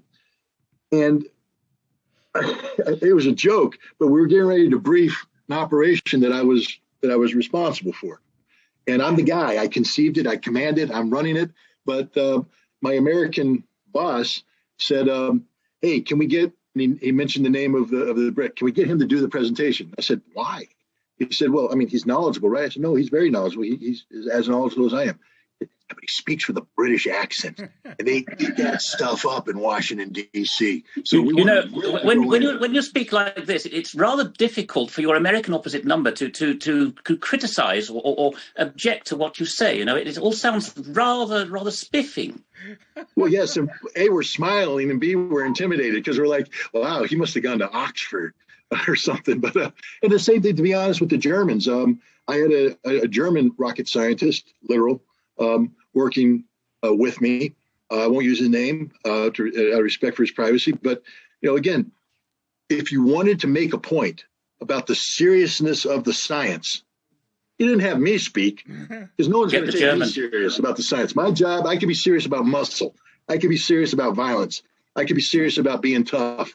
But if you want to talk about the serious science, we brought in the doctor. And the doctor spoke in his German voice, and he, Achtung, there's and everybody went, this isn't just a one-off. I mean, Henry Kissinger, there's all kinds of wacky theories about whether he represents Zionist interests or whatever, but a lot of people have testified that in private he has much less of that hammy German accent than in public, because it is the best cover imaginable for the fact that ultimately he represents the Cecil Rhodes Round Table, Anglo-domination of America. What's the best cover for that? Sound like a German villain. Well, look, maybe Klaus Schwab uses the same trick. Yeah, maybe Klaus Schwab. I'm just saying that the accents were, it's shallow to say that because it didn't change the substance that was being briefed. But the fact of the matter is, accents do matter. Even when I spoke, the United Nations does not like Marine Corps knife hands. This is how I speak. I do knife hand because I'm either pointing at you or I'm slashing your throat. But it's we interpreters don't like it because if you whack the microphone, our ears suffer because we've got the headphones on high volume. A big problem. And so the one time that I was asked, they tried to keep me secret from the media for a long time, but the Iraqis made that impossible by publishing my name and calling me the most evil man on the planet. And so I had to present myself before the international press community as part of, here are your inspectors. And I had come back from Iraq after a long period of time where my hair was quite long, and I was going to go get a haircut for this briefing. And Charles Dulfer, the American deputy, said, no, keep the hair long. Fact is, comb it out I want you to look like you are some sort of, he said, you got to wear, I want your arms like this, no knife hands, arms like this. And when you speak, I want people to think of you as sort of a lost poet. I want people to look at you and say, oh, he's a soft, lost poet. The last thing I want is for you to shave your head, stand up in front of them, and knife hand them to death. And so they actually held me back till the very end when they brought me out, and I was supposed to stutter a little bit. And my name is this. Oh, shucks, I got long hair. I'm a poet. And it didn't work because somebody asked a question. I got mad at, my eyes went sharp, and I knife handed them. But it's all, there's a lot of posturing that takes place when you get involved in international politics. And in the American arena, to get back to what you're talking, British accent is it's a real thing. We're intimidated by it. Fiona Hill, what else gives her credibility? Her knowledge? No. But when she speaks with a British accent. Yeah. You can get away with anything, even with the European continentals. For example, Fiona Hill, who comes from County Durham in the northeast of England, claimed that she couldn't return the call from the White House at a crucial moment in the Russiagate scandal because she was visiting her relatives in the northeast of England, and, quote, the village is so deprived that there is no mobile phone signal in the village, so I didn't get the call. And this was written up by people at a senior level in the Brussels press as what a symbol of how backward Britain is and how proud we are to be in the EU. Nobody questions it if it's said in an awfully nice British accent. Except if you were there, you got perfect cell signals because Britain has a wonderful cellular infrastructure. Yeah, no, I get it. It's anyways. I have a question. I'd be interested to learn a little bit, about EU experiences with the weapons of mass destruction tracking that you did in Iraq. Well, let's back up because one of the questions that I always got when I used to speak about this is, how did you become a weapons inspector? And I always answered, I'm not a biologist, I'm not a chemist, I'm not a rocket scientist, I'm not a nuclear physicist. Well, then why are you a weapons inspector? Because I'm a Marine Corps intelligence officer who isn't afraid of anything. And that's why I was brought in. I joined the Marine Corps and I was commissioned in 1984. As I mentioned, I spent a lot of time in the deserts learning how to kill Russians. But then they signed the Intermediate Nuclear Forces Treaty in December of 1987. Mikhail Gorbachev and Ronald Reagan signed it. And suddenly the United States was in the business of cooperating with the Soviets, the evil empire, to eliminate entire classes of dangerous nuclear weapons. And the Department of Defense created an organization called the On-Site Inspection Agency that was going to implement this. And the On-Site Inspection Agency needed foreign area officers, Russian speakers of the grade of colonel, general from the top, but mainly colonel, lieutenant colonel, and major. They didn't want anybody below the rank of major because you don't make foreign area officers below the rank of major. You pick them as senior captains, you train them, and by the time they're in the field, they're majors. And the Marine Corps was asked to provide a number of them. The Marine Corps found one of the most qualified guys, a guy named Larry Kelly, at the time was a lieutenant colonel, best linguist in the world. They call him Pulamyot because he spoke so fast. The thing that gave him away, the KGB said that he speaks perfect Russian, which is why we would know if he was an American spy, because no Russian speaks grammatically correct Russian like he speaks. His Russian was perfect. And once again, I have to throw in there, the Americans do this better than the Brits and the Europeans, contrary to what many people think. Total immersion. I mean, these guys they go through the Defense Language Institute, which used to train people in mediocre Russian. Then a guy named Roland LaJoy took over what's called the United States Army Russia Institute in Garmisch, Germany, which is a finishing school for foreign area officers. And he looked at the horrible quality of linguists coming out of Defense Language Institute, and he did something that nobody ever did before. He started failing people. And in the military, if you fail out of the school, your career is over. And they went, well, no, you're ruining people's career. And he said, no, you ruined their career by letting them graduate DLI without knowing Russian. So suddenly they started taking their language serious. And then they went to Garmisch. It's a finishing school where they literally had a village populated by Russian emigres, and you spoke Russian 24/7, immersed in Russian culture. So that's the quality of people that they were looking for to go into the Soviet Union to implement the on-site inspection agency's mandate for the INF treaty. Marine Corps just didn't have that then. They went down to their database to find captains. The one captain they did have, who was on the hotline in Moscow, very good linguist, he got pulled out and sent to the military liaison mission in Potsdam to do an emergency replacement of an officer that ran over a Spetsnaz guy and got persona non grata out. So no captains. They come down to lieutenants. And my name pops up on the list because I was a Russian history major with a military specialty who took 2 years of Russian language. And I had been foolish enough to write a letter to the Commandant of the Marine Corps requesting to be directly accessed into the intelligence branch, even though you normally needed 3 years of combat arms experience before they would let you become an intelligence officer. But I said, no, I'm a Russian expert. Make me an intelligence officer. And they did. And so my paperwork and my bluffing came back to haunt the United States because they said, Ritter is the guy. He's a lieutenant, but he speaks Russian and he has all this stuff. So they pulled me in, and they quickly found out that I was literally the least qualified person in the world. I didn't know anything about missiles. I didn't know anything about disarmament.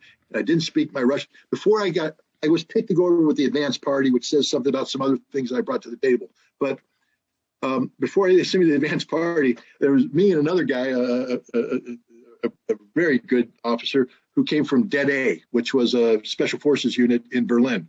So unconventional warfare guys.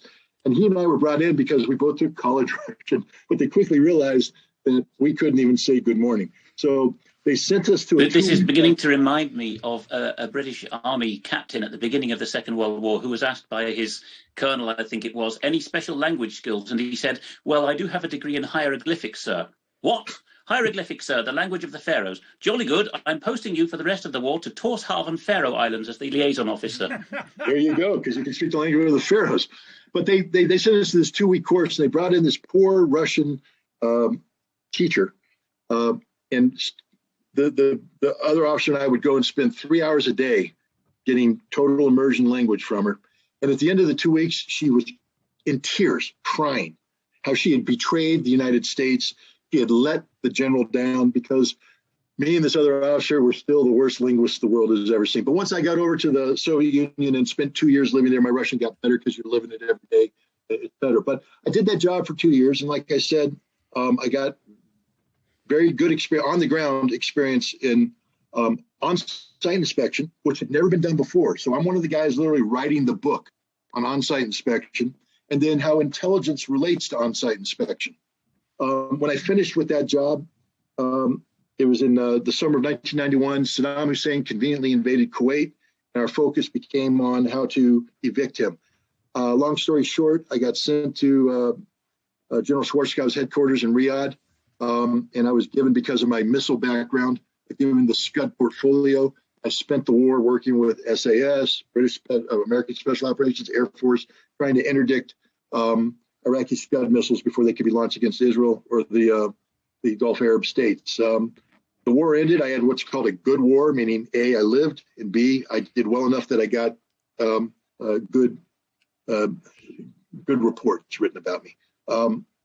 Then I was going to leave the Marine Corps because the Cold War was over. I was a Soviet guy, and the game had changed. There's no longer the military liaison mission, which was my dream, to go work in Potsdam spying on the Soviet group of forces, East Germany.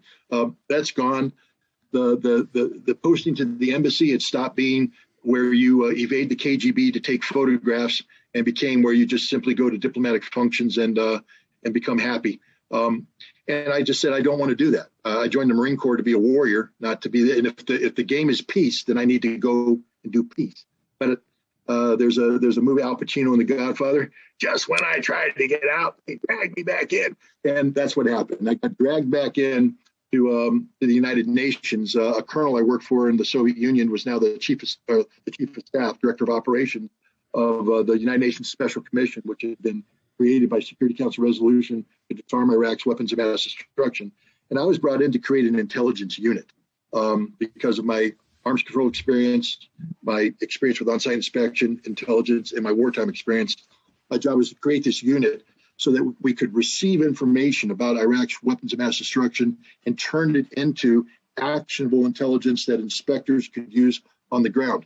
And what quickly happened is I became not just the guy receiving it and assessing it, but then I would write the operations and then lead the inspection. So I was literally a complete circle when it came to the inspection process. And I did that for 7 years. And I went into Iraq more than 40 times, 14 of which was as a chief weapons inspector. And I became well regarded, I would say, as a very professional inspector who was assiduous in the application of my job. I resigned in August of 1998 in protest over what I called American interference in the work of the inspectors, meaning that my job was to implement a Security Council resolution, not to facilitate unilateral American policy, especially when the policy objectives were no longer linked to disarmament, but rather using the disarmament process as a vehicle to achieve regime change in Iraq. Very similar to certain American figures walking into the OPCW in The Hague some years later and making naked threats. Absolutely. Well, they were more naked then because I think the one of the reasons why there's so much animosity between me and the United States is you couldn't threaten me. When I resigned, actually, I was getting ready. This is why they want the guys with expertise and also the guys with cojones out of there, because the guys wearing the suits or civilian suits or uniforms who wear the label expert have to be biddable. They have to be malleable, and if they are not either frightened or stupid, then you can't bend them to your will. So they have to go. Yeah, when I was going to resign, I was actually summoned by the CIA liaison to the U.S. mission in New York to his office. And he and I were, I can't say we're best friends, but we were friendly. We knew each other. We worked with each other very closely. And he liked me. I liked him. And he said, look, you got to, the National Security Council is called and they've asked that they get to talk to you before you resign. Could you at least give them that courtesy? I said, absolutely. So he put me on the phone with a very senior member. And they were begging me not to resign. It'll be the end of UNSCOM. We need you, da-da-da. And I said, well, but are you going to continue to interfere with the work of the inspector? And they said, well, when I said, it's a yes or no question. Are you going to continue to work? Because I can't be part of this. Well, Madeleine Albright did. I said, so the answer is yes, you're going to continue to interfere. Well, yes, our policy isn't changing. And I said, then I have no choice but to resign. And I hung up the phone. And the CIA guy looked at me and he said, just so you understand, that as soon as you walk out that door, our relationship changes. I'll like you as a friend, but you are becoming an enemy of the United States. And the FBI is going to blank you in the blank. He said, I'm just letting you know up front that that's about to happen. You make this decision out the door, the FBI is going to screw you. And I said, so be it. And I walked out the door, submitted my letter of resignation, and that night the FBI began their process of screwing me. They immediately, seeing CBS Evening News, Dan Rather, breaking news. UN Weapons Inspector Scott Ritter, who has resigned, is under investigation from the FBI for spying on behalf of Israel. And it wasn't just spying. These are espionage charges that carry the death penalty. Serious. Well, you've outlived both Albright and Rather so far, haven't you, Scott? I'm doing all right. But the point is, they try to intimidate you. They literally play the game of intimidation. But that's it. But the thing that I came out of the inspection process with was absolute knowledge about Iraq's weapons of mass destruction programs. I mean, I hesitate to say that as an intelligence officer because nobody, but as much as anybody could understand Iraq's weapons of mass destruction programs, I did, both from the Iraqi side, because I had investigated them for 7 years and had met with the highest levels of their leadership right below Saddam Hussein on down. I knew all of their scientists. I've been to all of their facilities. I've read all of their documents. I had access to all of their contracts, even the ones they didn't think we had access to.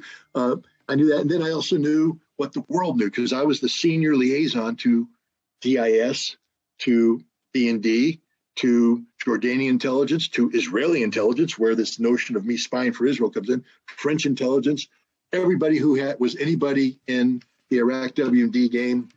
The data that came to the UN came through me and was turned into inspection data. So I knew everything anybody knew about Iraq's WMD, which is why I was comfortable when George Bush started to build the case for war, saying Iraq has reconstituted its WMD and had retained WMD. I was comfortable saying, what WMD? Because when I left, there wasn't any. We were monitoring the totality of their industrial infrastructure. They weren't building WMD. We knew it. We had accounted for 90 to 95% of their known WMD capability. And what we couldn't account for wasn't because they were hiding it, but because it had been blown up, or buried, or dispersed. And the big things we're worried about, for instance, biological growth media, it doesn't last forever. It ages out, and they had last bought it in 1990. Even a non-specialist like me, the first thing I was told when I joined the GCHQ CBRN team is biological is the most difficult to weaponize. You cannot keep stocks for any length of time. Well, the Russians never weaponized, or the Iraqis never weaponized it. They put it in a weapon. That's not a weapon. To turn biological agent into a weapon, you have to be able to disperse it, either as a dry powder or as an aerosol. The Iraqis were never able to master dry powder technology, and their botulinum toxin, which could have been dispersed as an aerosol, instead was put into a ballistic missile warhead as a canister with liquid sludge. And the only way it would kill you is if that warhead actually came down and hit you on the head.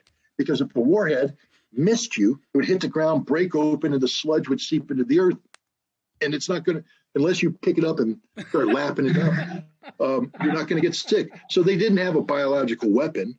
And so, but now, Colin Powell is waving the vial of talcum. Actually, Scott, I think that claim has now been made in the Skripal era with the unfortunate victim, Dawn Sturgis, wasn't it? And her partner is said to have found a perfume box by the side of the road, unwrapped it and sniffed it. That's supposedly where this aerosolization came from.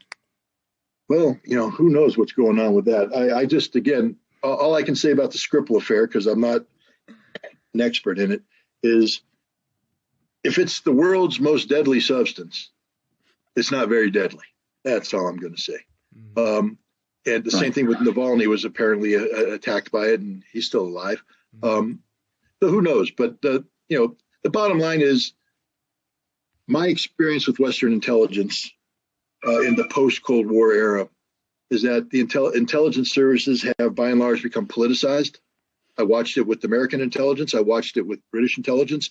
To give you an example, the British used to be the most honest of all the nations that worked with us on Iraqi WMD from the very beginning. I had a very close relationship with them. I mean, I would be brought into the bowels of the Cold War office and brought into an office, and they would literally unlock their files and say, Bill, you don't allow that to happen unless you have a good relationship. Because they wouldn't; those guys wouldn't allow that with just any old American either. There has to be personal rapport. Absolutely, and we had a great rapport. And I would also come back, and when I would come back from an inspection, I would land in Heathrow, take the tube to Old Whitehall area, and be brought into the old War Office, where I would be brought up to the director of BIS, a British flag rank officer, and I would be brought to a table where he sat, and all the colonels and all the majors and all the other generals sat, and I would debrief them about what happened in Iraq, a very personal debriefing. I had the permission of the United Nations to do this. I'm not breaking, rank, but I'm just saying that that's a very intimate relationship that I had with the British. They never lied to us. They always helped us. But what happened in the end, in around 1998,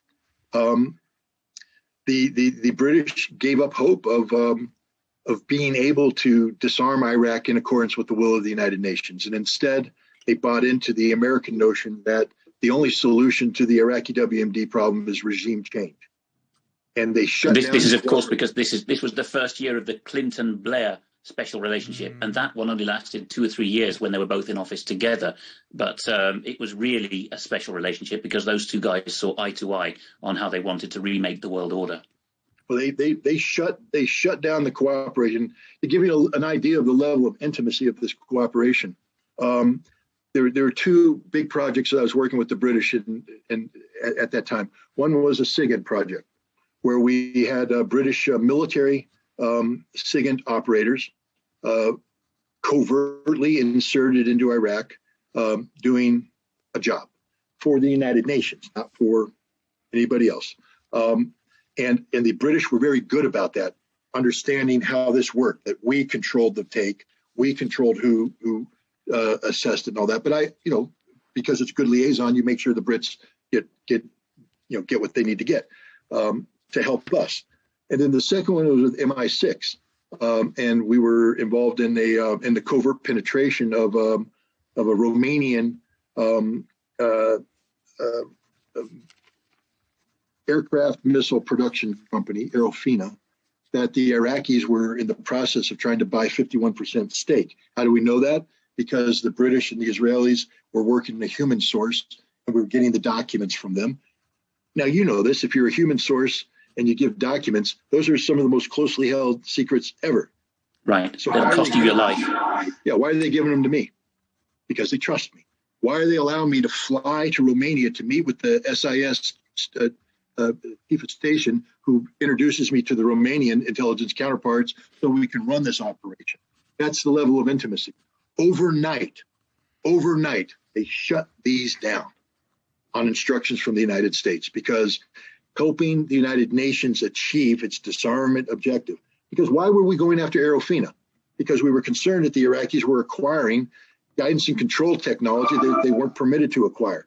So the idea of penetrating Aerofina was to get access to the material at the source, put a tracking beacon on the material so that it could be traced back into Iraq and discovered at the secret hiding facility. We're not spying on Romania just to spy on Romania. There was a legitimate arms control purpose. Why were we listening to the signals? Because we believed that a specific frequency range was being used to coordinate the concealment activities to hide things from the inspectors. We weren't there to spy on Saddam or all this stuff. It was a very focused effort, and the British played the game and played it right. And then they shut it down under orders of the United States. And from that moment on, the British assessments became ridiculous. They went from being some of the most stable, even-minded assessments to 45 minutes. That took 5 years. That plummeting took only 5 years, from 98 that you described to actually 4 years to the Sexed Up dossier, because that was 2002 already. Well, actually, no. Well, it was being written then, but it didn't come out till 2003, of course. But already in 2002, the desk officers around me were jumping up and down saying there's going to be the Sexed Up dossier. So John Scarlett, of course, was in charge of that. So it took a very, very limited amount of time. And this isn't just reminiscing about a generation ago. This is of salutary value to others, because, even if you have one of the best intelligence services in the world with a very professional cadre, your experience and mine shows that just a couple of years of senior officers thinking it's politically expedient for me to obey orders, and you've lost it all. Right, and the other thing that happens is the professional staff that you have working at the bottom get disillusioned, or get corrupted, or get transferred, and suddenly, the people doing the groundwork, they're not the same. And if you don't have good people on the ground operating with full integrity, you can't have good analysis at the top. And so the whole thing became corrupted, became politicized. The people on the ground aren't looking for the truth. They're looking for data to sustain a preformed political position that is being thrust down from above. Yeah. I saw those in tandem. I saw the new guys of my age, although not of my philosophy, jumping up and down on the Iraq desk or whatever else desks I could see near me, saying the really sexy stuff this week is look for a link between Saddam and Al-Qaeda, or whatever the cause célèbre of the week was. Not do your best job. No, and again, I as an intelligence officer, I was always trained to not to tell my boss what they wanted to hear, but to tell them what the facts were. Mm-hmm. That my job wasn't to make my boss happy. If the facts made my boss unhappy, that's okay. I'm still doing my job. But my job was to give them the best information possible, the best analysis possible, and then they get to make the decision they want to make. But my job wasn't to, if my boss would say, I need to launch an attack up the middle over this bridge. So Ritter, come up with, give me the intelligence that sustains that course of action. And I looked at the intelligence and went, that's suicide. Actually, the best course of action is to outflank here with a limit, whatever, I'm making all this up. My job was to tell my boss, no, the intelligence doesn't sustain that course of action. Here's how I rate it: A, B, C. This is D, worst. And if he was unhappy, he's unhappy with the information, not with me, because I'm giving him the honest assessment. I fail my boss when I go, I can play with things here, and suddenly this going across the bridge thing is a good idea. No, that's an intelligence failure, because you're not providing intelligence. You're providing a prescripted, narrative that has nothing to do with reality.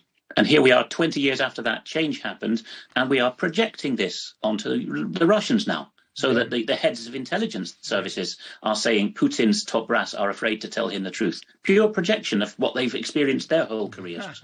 And the funny thing is, he was undermined by Joe Biden. I mean, if I were the head of PCHQ, because I think that's who it was who gave the speech.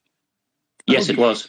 I would be furious at Joe Biden, because Joe Biden gives a press conference where he says the same thing, because that's what he's told to do, parrot the thing. And then he said, just so you know, that's from like fragmentary thing. I'm not really absolutely certain about it. It's just sort of what we're getting from the rumors.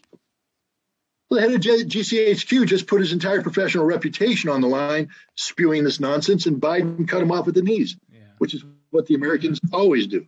We cut everybody off at the knees. Allow me one other question, because both of you alluded to Christopher Steele and the famous dossier. What is it with that dossier? Is it all fake, or was he paid to write it up, or what is it? Alex, you want to take the lead on that? And then I worked with Steele for 2 or 3 years pretty closely. He wasn't a fantastically corrupt man in my time. I don't know about now, but in my time, his motivation was pleasing his bosses, most particularly Sir Richard Dearlove, who succeeded Scarlett, the sexy dossier Iraq war guy, as head of MI6. So we're talking about the late 2000s now. And Steele was already, I think, like many MI6 guys, especially at his role as head of Russia desk, he had an eye to what next. He was fairly young, mid-career, and he was already thinking, like many guys in that position, I can have a more lucrative role by stepping out of the service into the private world and taking my Rolodex, my contacts with me. And he was already tapping the likes of me up then for, what's the latest gossip you've got on Russian inter-oligarch squabbles? How can I tout this information? So I think that he remained in the Dearlove orbit, and I won't be very popular for saying this, but together with my UK colleagues, I have pretty much determined that Dearlove is not the worst of these MI6 players. He's not actively evil. He does believe, it seems sincerely and wrongly, this narrative that the only way for the Anglo-Americans to survive in the world is to keep winning the propaganda battle against Russia and China, rather than playing a straight game. But that seems to have been the basic motivation.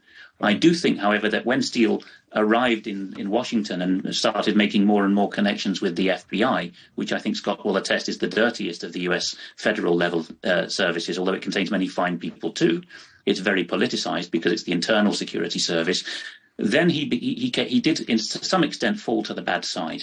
I think that once again, as Scott was outlining earlier, this suave British presentation and the impeccable track record as Sir Richard Dearlove's top guy for Russia, and the uncontested Putin expert of his day and whatever, that probably got to his head, I think. And I've other colleagues and old bosses of mine whom I've spoken to since have this view of Christopher Steele. Not a bad man, rather egotistical perhaps, but within the bounds that you'd expect of that kind of MI6 officer. But when it gets to the details of American politics, Scott is far better placed to say what kind of poisonous nests worked upon Steele to induce him to come up with this stuff. Yeah, I'll give you my assessment of Christopher Steele. It's not a personal one because I didn't know him, but I know how the intelligence business works, and I know how we used to play the game against the Russians, against the Soviets. Moscow rules, the way that the Russia House worked both in London and in Washington, D.C., the kind of people that were involved, and the kind of extraordinarily detailed preparation went into the human intelligence aspect of that job, the recruitment and the running, the managing of agents. Then Christopher Steele comes in, and he came in post-Soviet Union when Russia was the Wild West. You didn't even have to work. Fact is, the old recruiting went out the window. They no longer ran the, run the tricks on people and all this. You just went out and you threw money around and you got sources and you banked all your sources, and your sources told you whatever you wanted to hear. And then you wrote it up because it was just free and it was easy and it was cheap. He was the worst kind of intelligence officer because he forgot all of his tradecraft. He doesn't totally agree. From having seen him up personal, that is it. He was easily misled by documentary submissions by jaded Russians who belonged to the anti-Putin oligarch camp, for example. Yeah, and so his credibility as an intelligence officer, from my standpoint, is not nil. He became a reporter, not a human collector. He didn't know how to recruit somebody.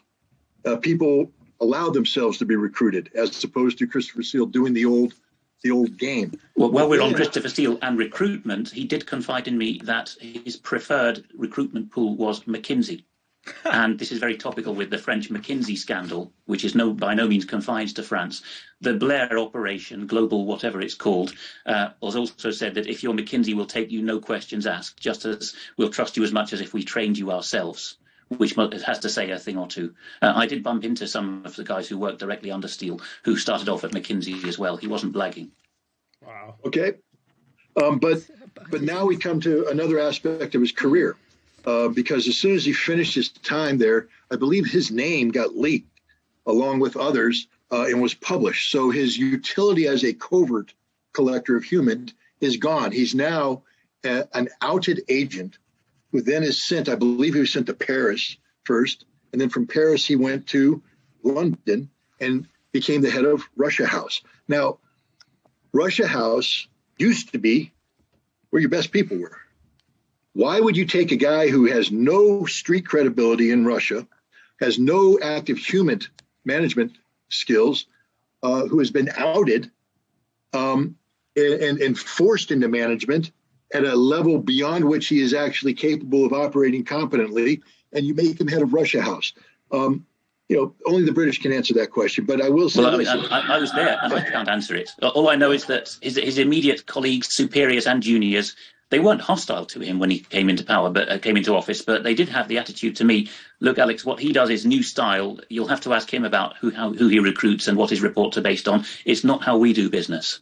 New style, I like that. But I'm going to steal that one. Thank you. No, but what happened is he got involved. I believe he became the lead MI6 investigator on the assassination attempt of Lifchenko. That was his first few months in office. Yes, that was when we were very close to him. Yeah. But now when you study Lifchenko and you realize that he was one of the things he was doing, in addition to being a source of information to British intelligence and Spanish intelligence and everybody else, he also was running on behalf of an oligarch an intelligence business operation. He created. Yeah. He couldn't separate the two. He would do what they're not supposed to do at MI6. He would share his working notes, his internal pre-formal report stuff with his GCHQ opposite numbers, who would say to me, because they were one desk away, MI6 has never done this before. I don't know why we're being given this special treatment. But this makes sense in your discourse, that he's actually turning the job into some kind of touting reporter role, selling the narrative of the day. And when Lifchenko died, almost immediately afterwards, Steele leaves the service and creates Orbis. And I view Orbis as nothing more than Steele taking over Lifchenko's business and using because all of his sources are the same ones that Lifchenko had developed. Christopher Steele didn't bring anything new to this operation. You talk about bringing the Rolodex. He's bringing in all of the business contacts, intelligence contacts, mafia contacts that Lifchenko was running on behalf of the oligarch. So that's it. And there was, in fact, a crucial meeting on who done it, I think in mid-November, just after Litvinenko died, mid-November 2006, because he died on the 1st of November, if memory serves right. Mid-November, my boss went off to a meeting hosted by Steele at MI6 and came back, gave me with a cold stare, as he'd never really done before, and said, "Alex, the case is settled. It was Lugovoy who poisoned him." Which was not my boss's position until he'd been to that meeting. So the narrative was sold. You will accept this. Yeah, and then, but Steele, now remember, Levchenko's business model wasn't a genuine intelligence business operation. It was to support an oligarch by attacking other oligarchs, by getting involved in this dirty business of suppressing your economic opponents, etc. And that was Steele's business model. And this business model, however, became, I think, of use during with the FIFA corruption scandal.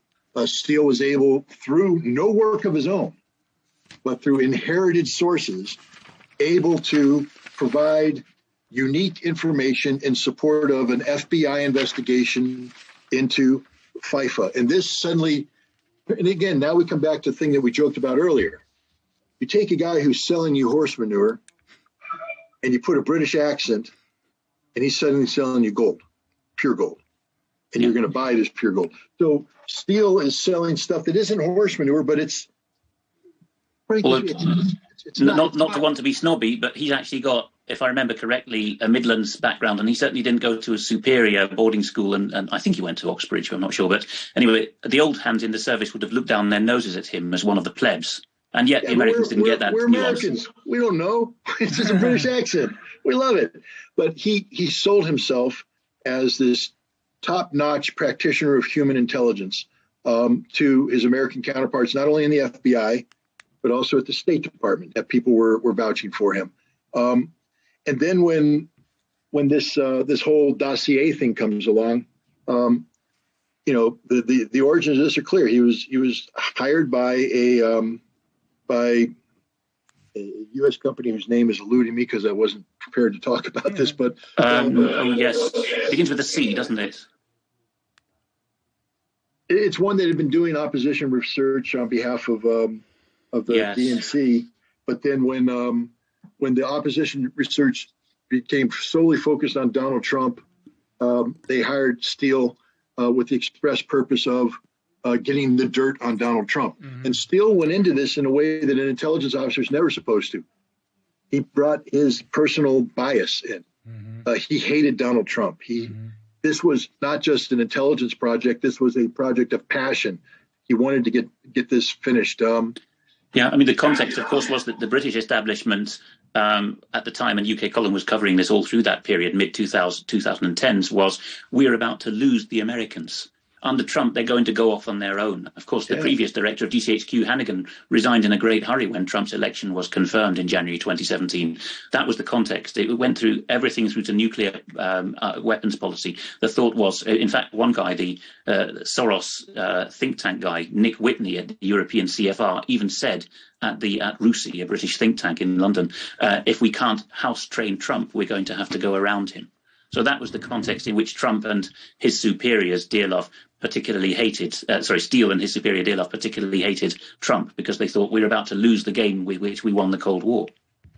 Wasn't the name of that private investigative firm Fusion GPS or something? Fusion GPS. There it is. Yep, Fusion GPS. Absolutely. And one of the Fusion GPS's the head of it, again, whose name I used to know, but I don't have it. He was a Wall Street Journal journalist. His specialty was taking business intelligence and weaponizing it into the media to achieve a discernible. The absolute opposite, Scott, of what you did, because you did what was known as sanitizing, taking all the juiciest bits out of intelligence and making it duller.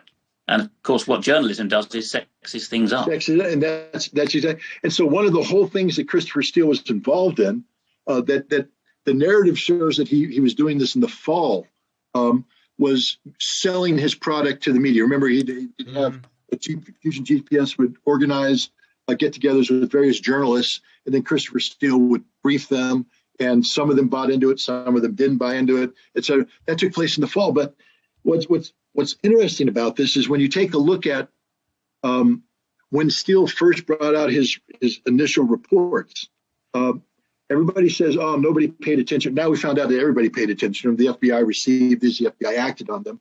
But,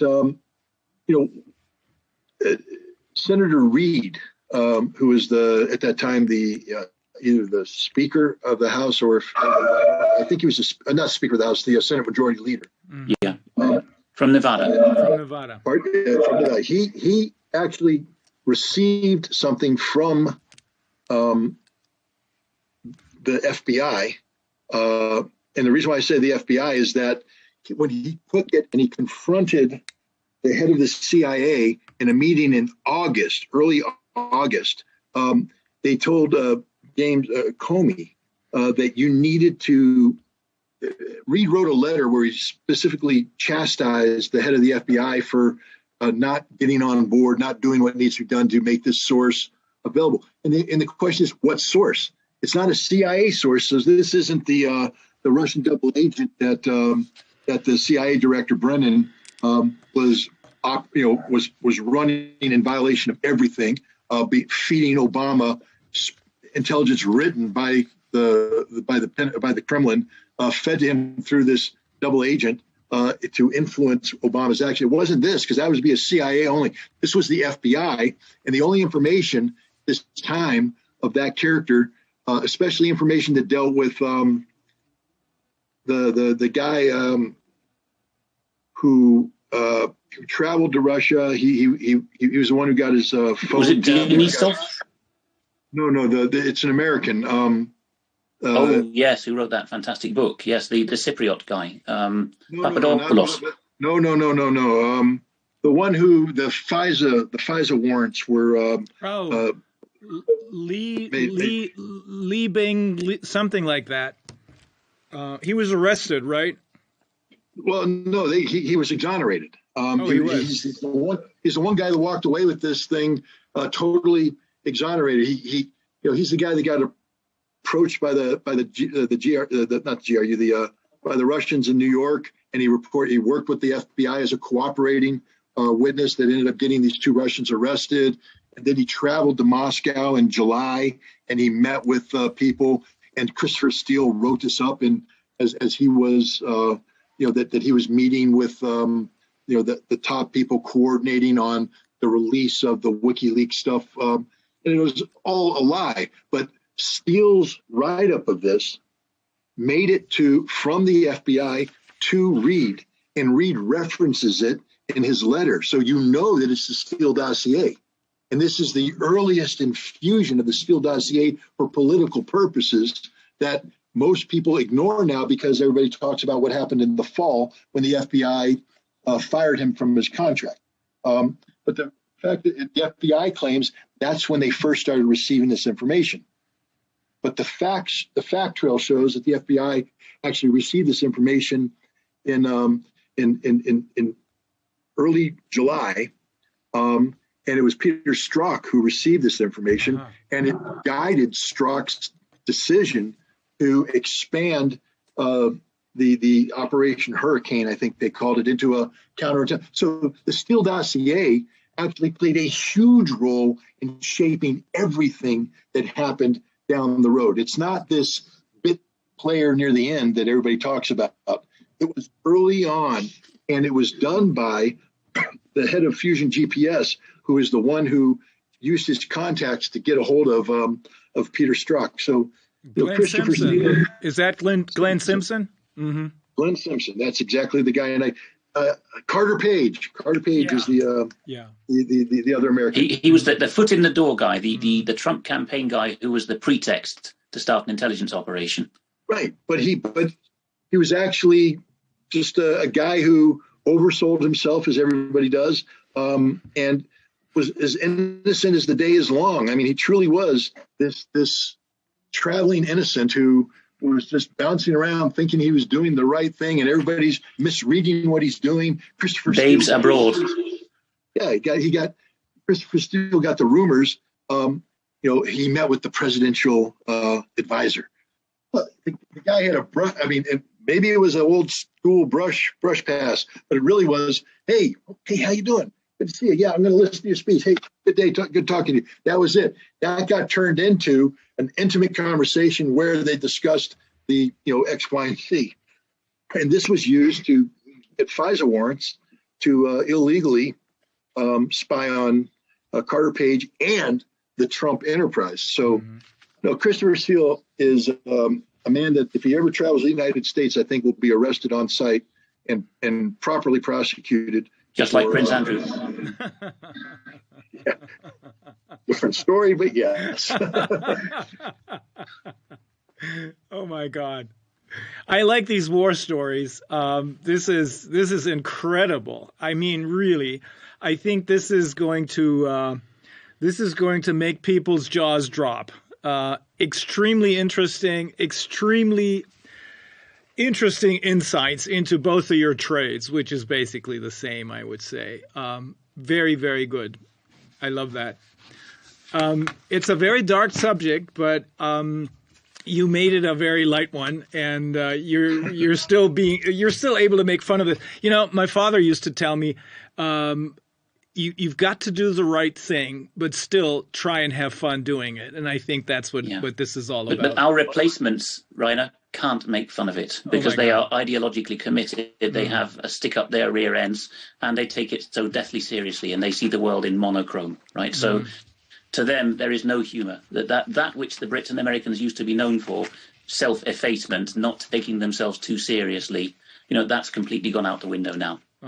And one last war story, and then I've got to run. But again, with DIS, in the early 1990s, they had one of their classic Christmas parties, and as the British are wont to do, they were going to put on a bit of theater, pantomime, and so they created a fake play, but they had the different characters that were going to be involved, and so you had the different characters and who in Hollywood would play them, and all that. And so my character was going to be played by George C. Scott, of Patton, and because I was often made fun of the way that I would stand in front of the inspection teams and give them the Patton speech, and all that kind of stuff. But it was all good fun because it was serious business we were involved in. But if you couldn't laugh about it, you'd go insane.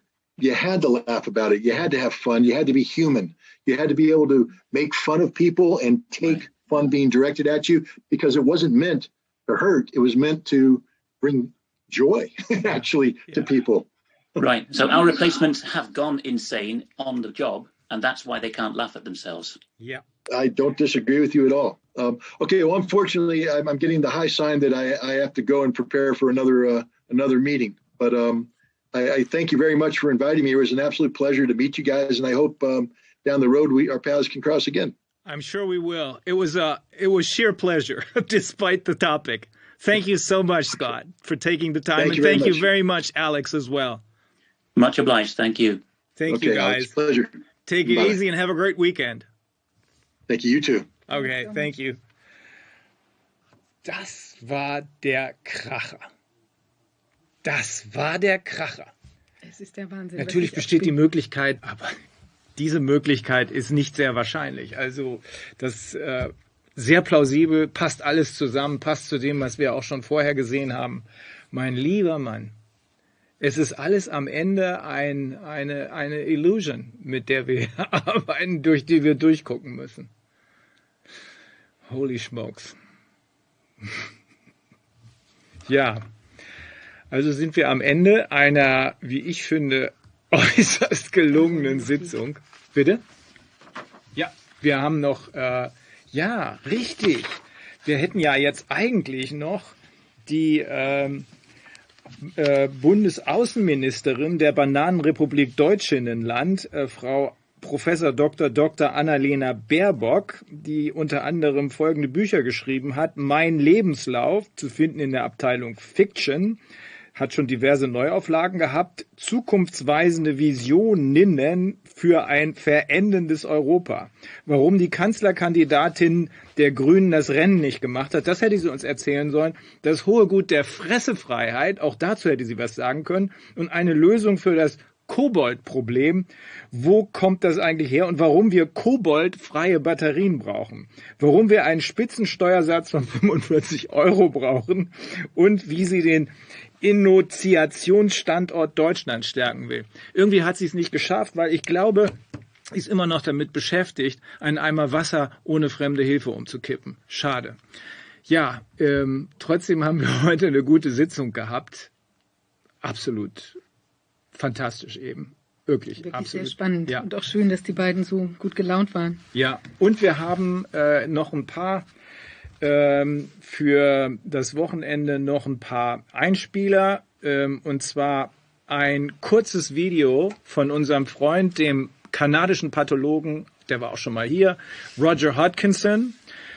Sehr deutliche Worte findet er da. Ein weiteres, nicht ganz so kurzes, aber extrem aufschlussreiches Video betreffend eine Anhörung im US-Senat. Ich glaube, das war Mr. Getz, der die Anhörung gemacht hat und jemanden aus der Intelligence Officer gefragt hat.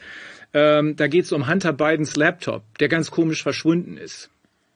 Er hat aber die Festplatte. Der Mr. Getz hat die Festplatte. Und dann haben wir noch 2 Musikvideos. Das eine ist Eon Staatsfeind und Rising Appalachia.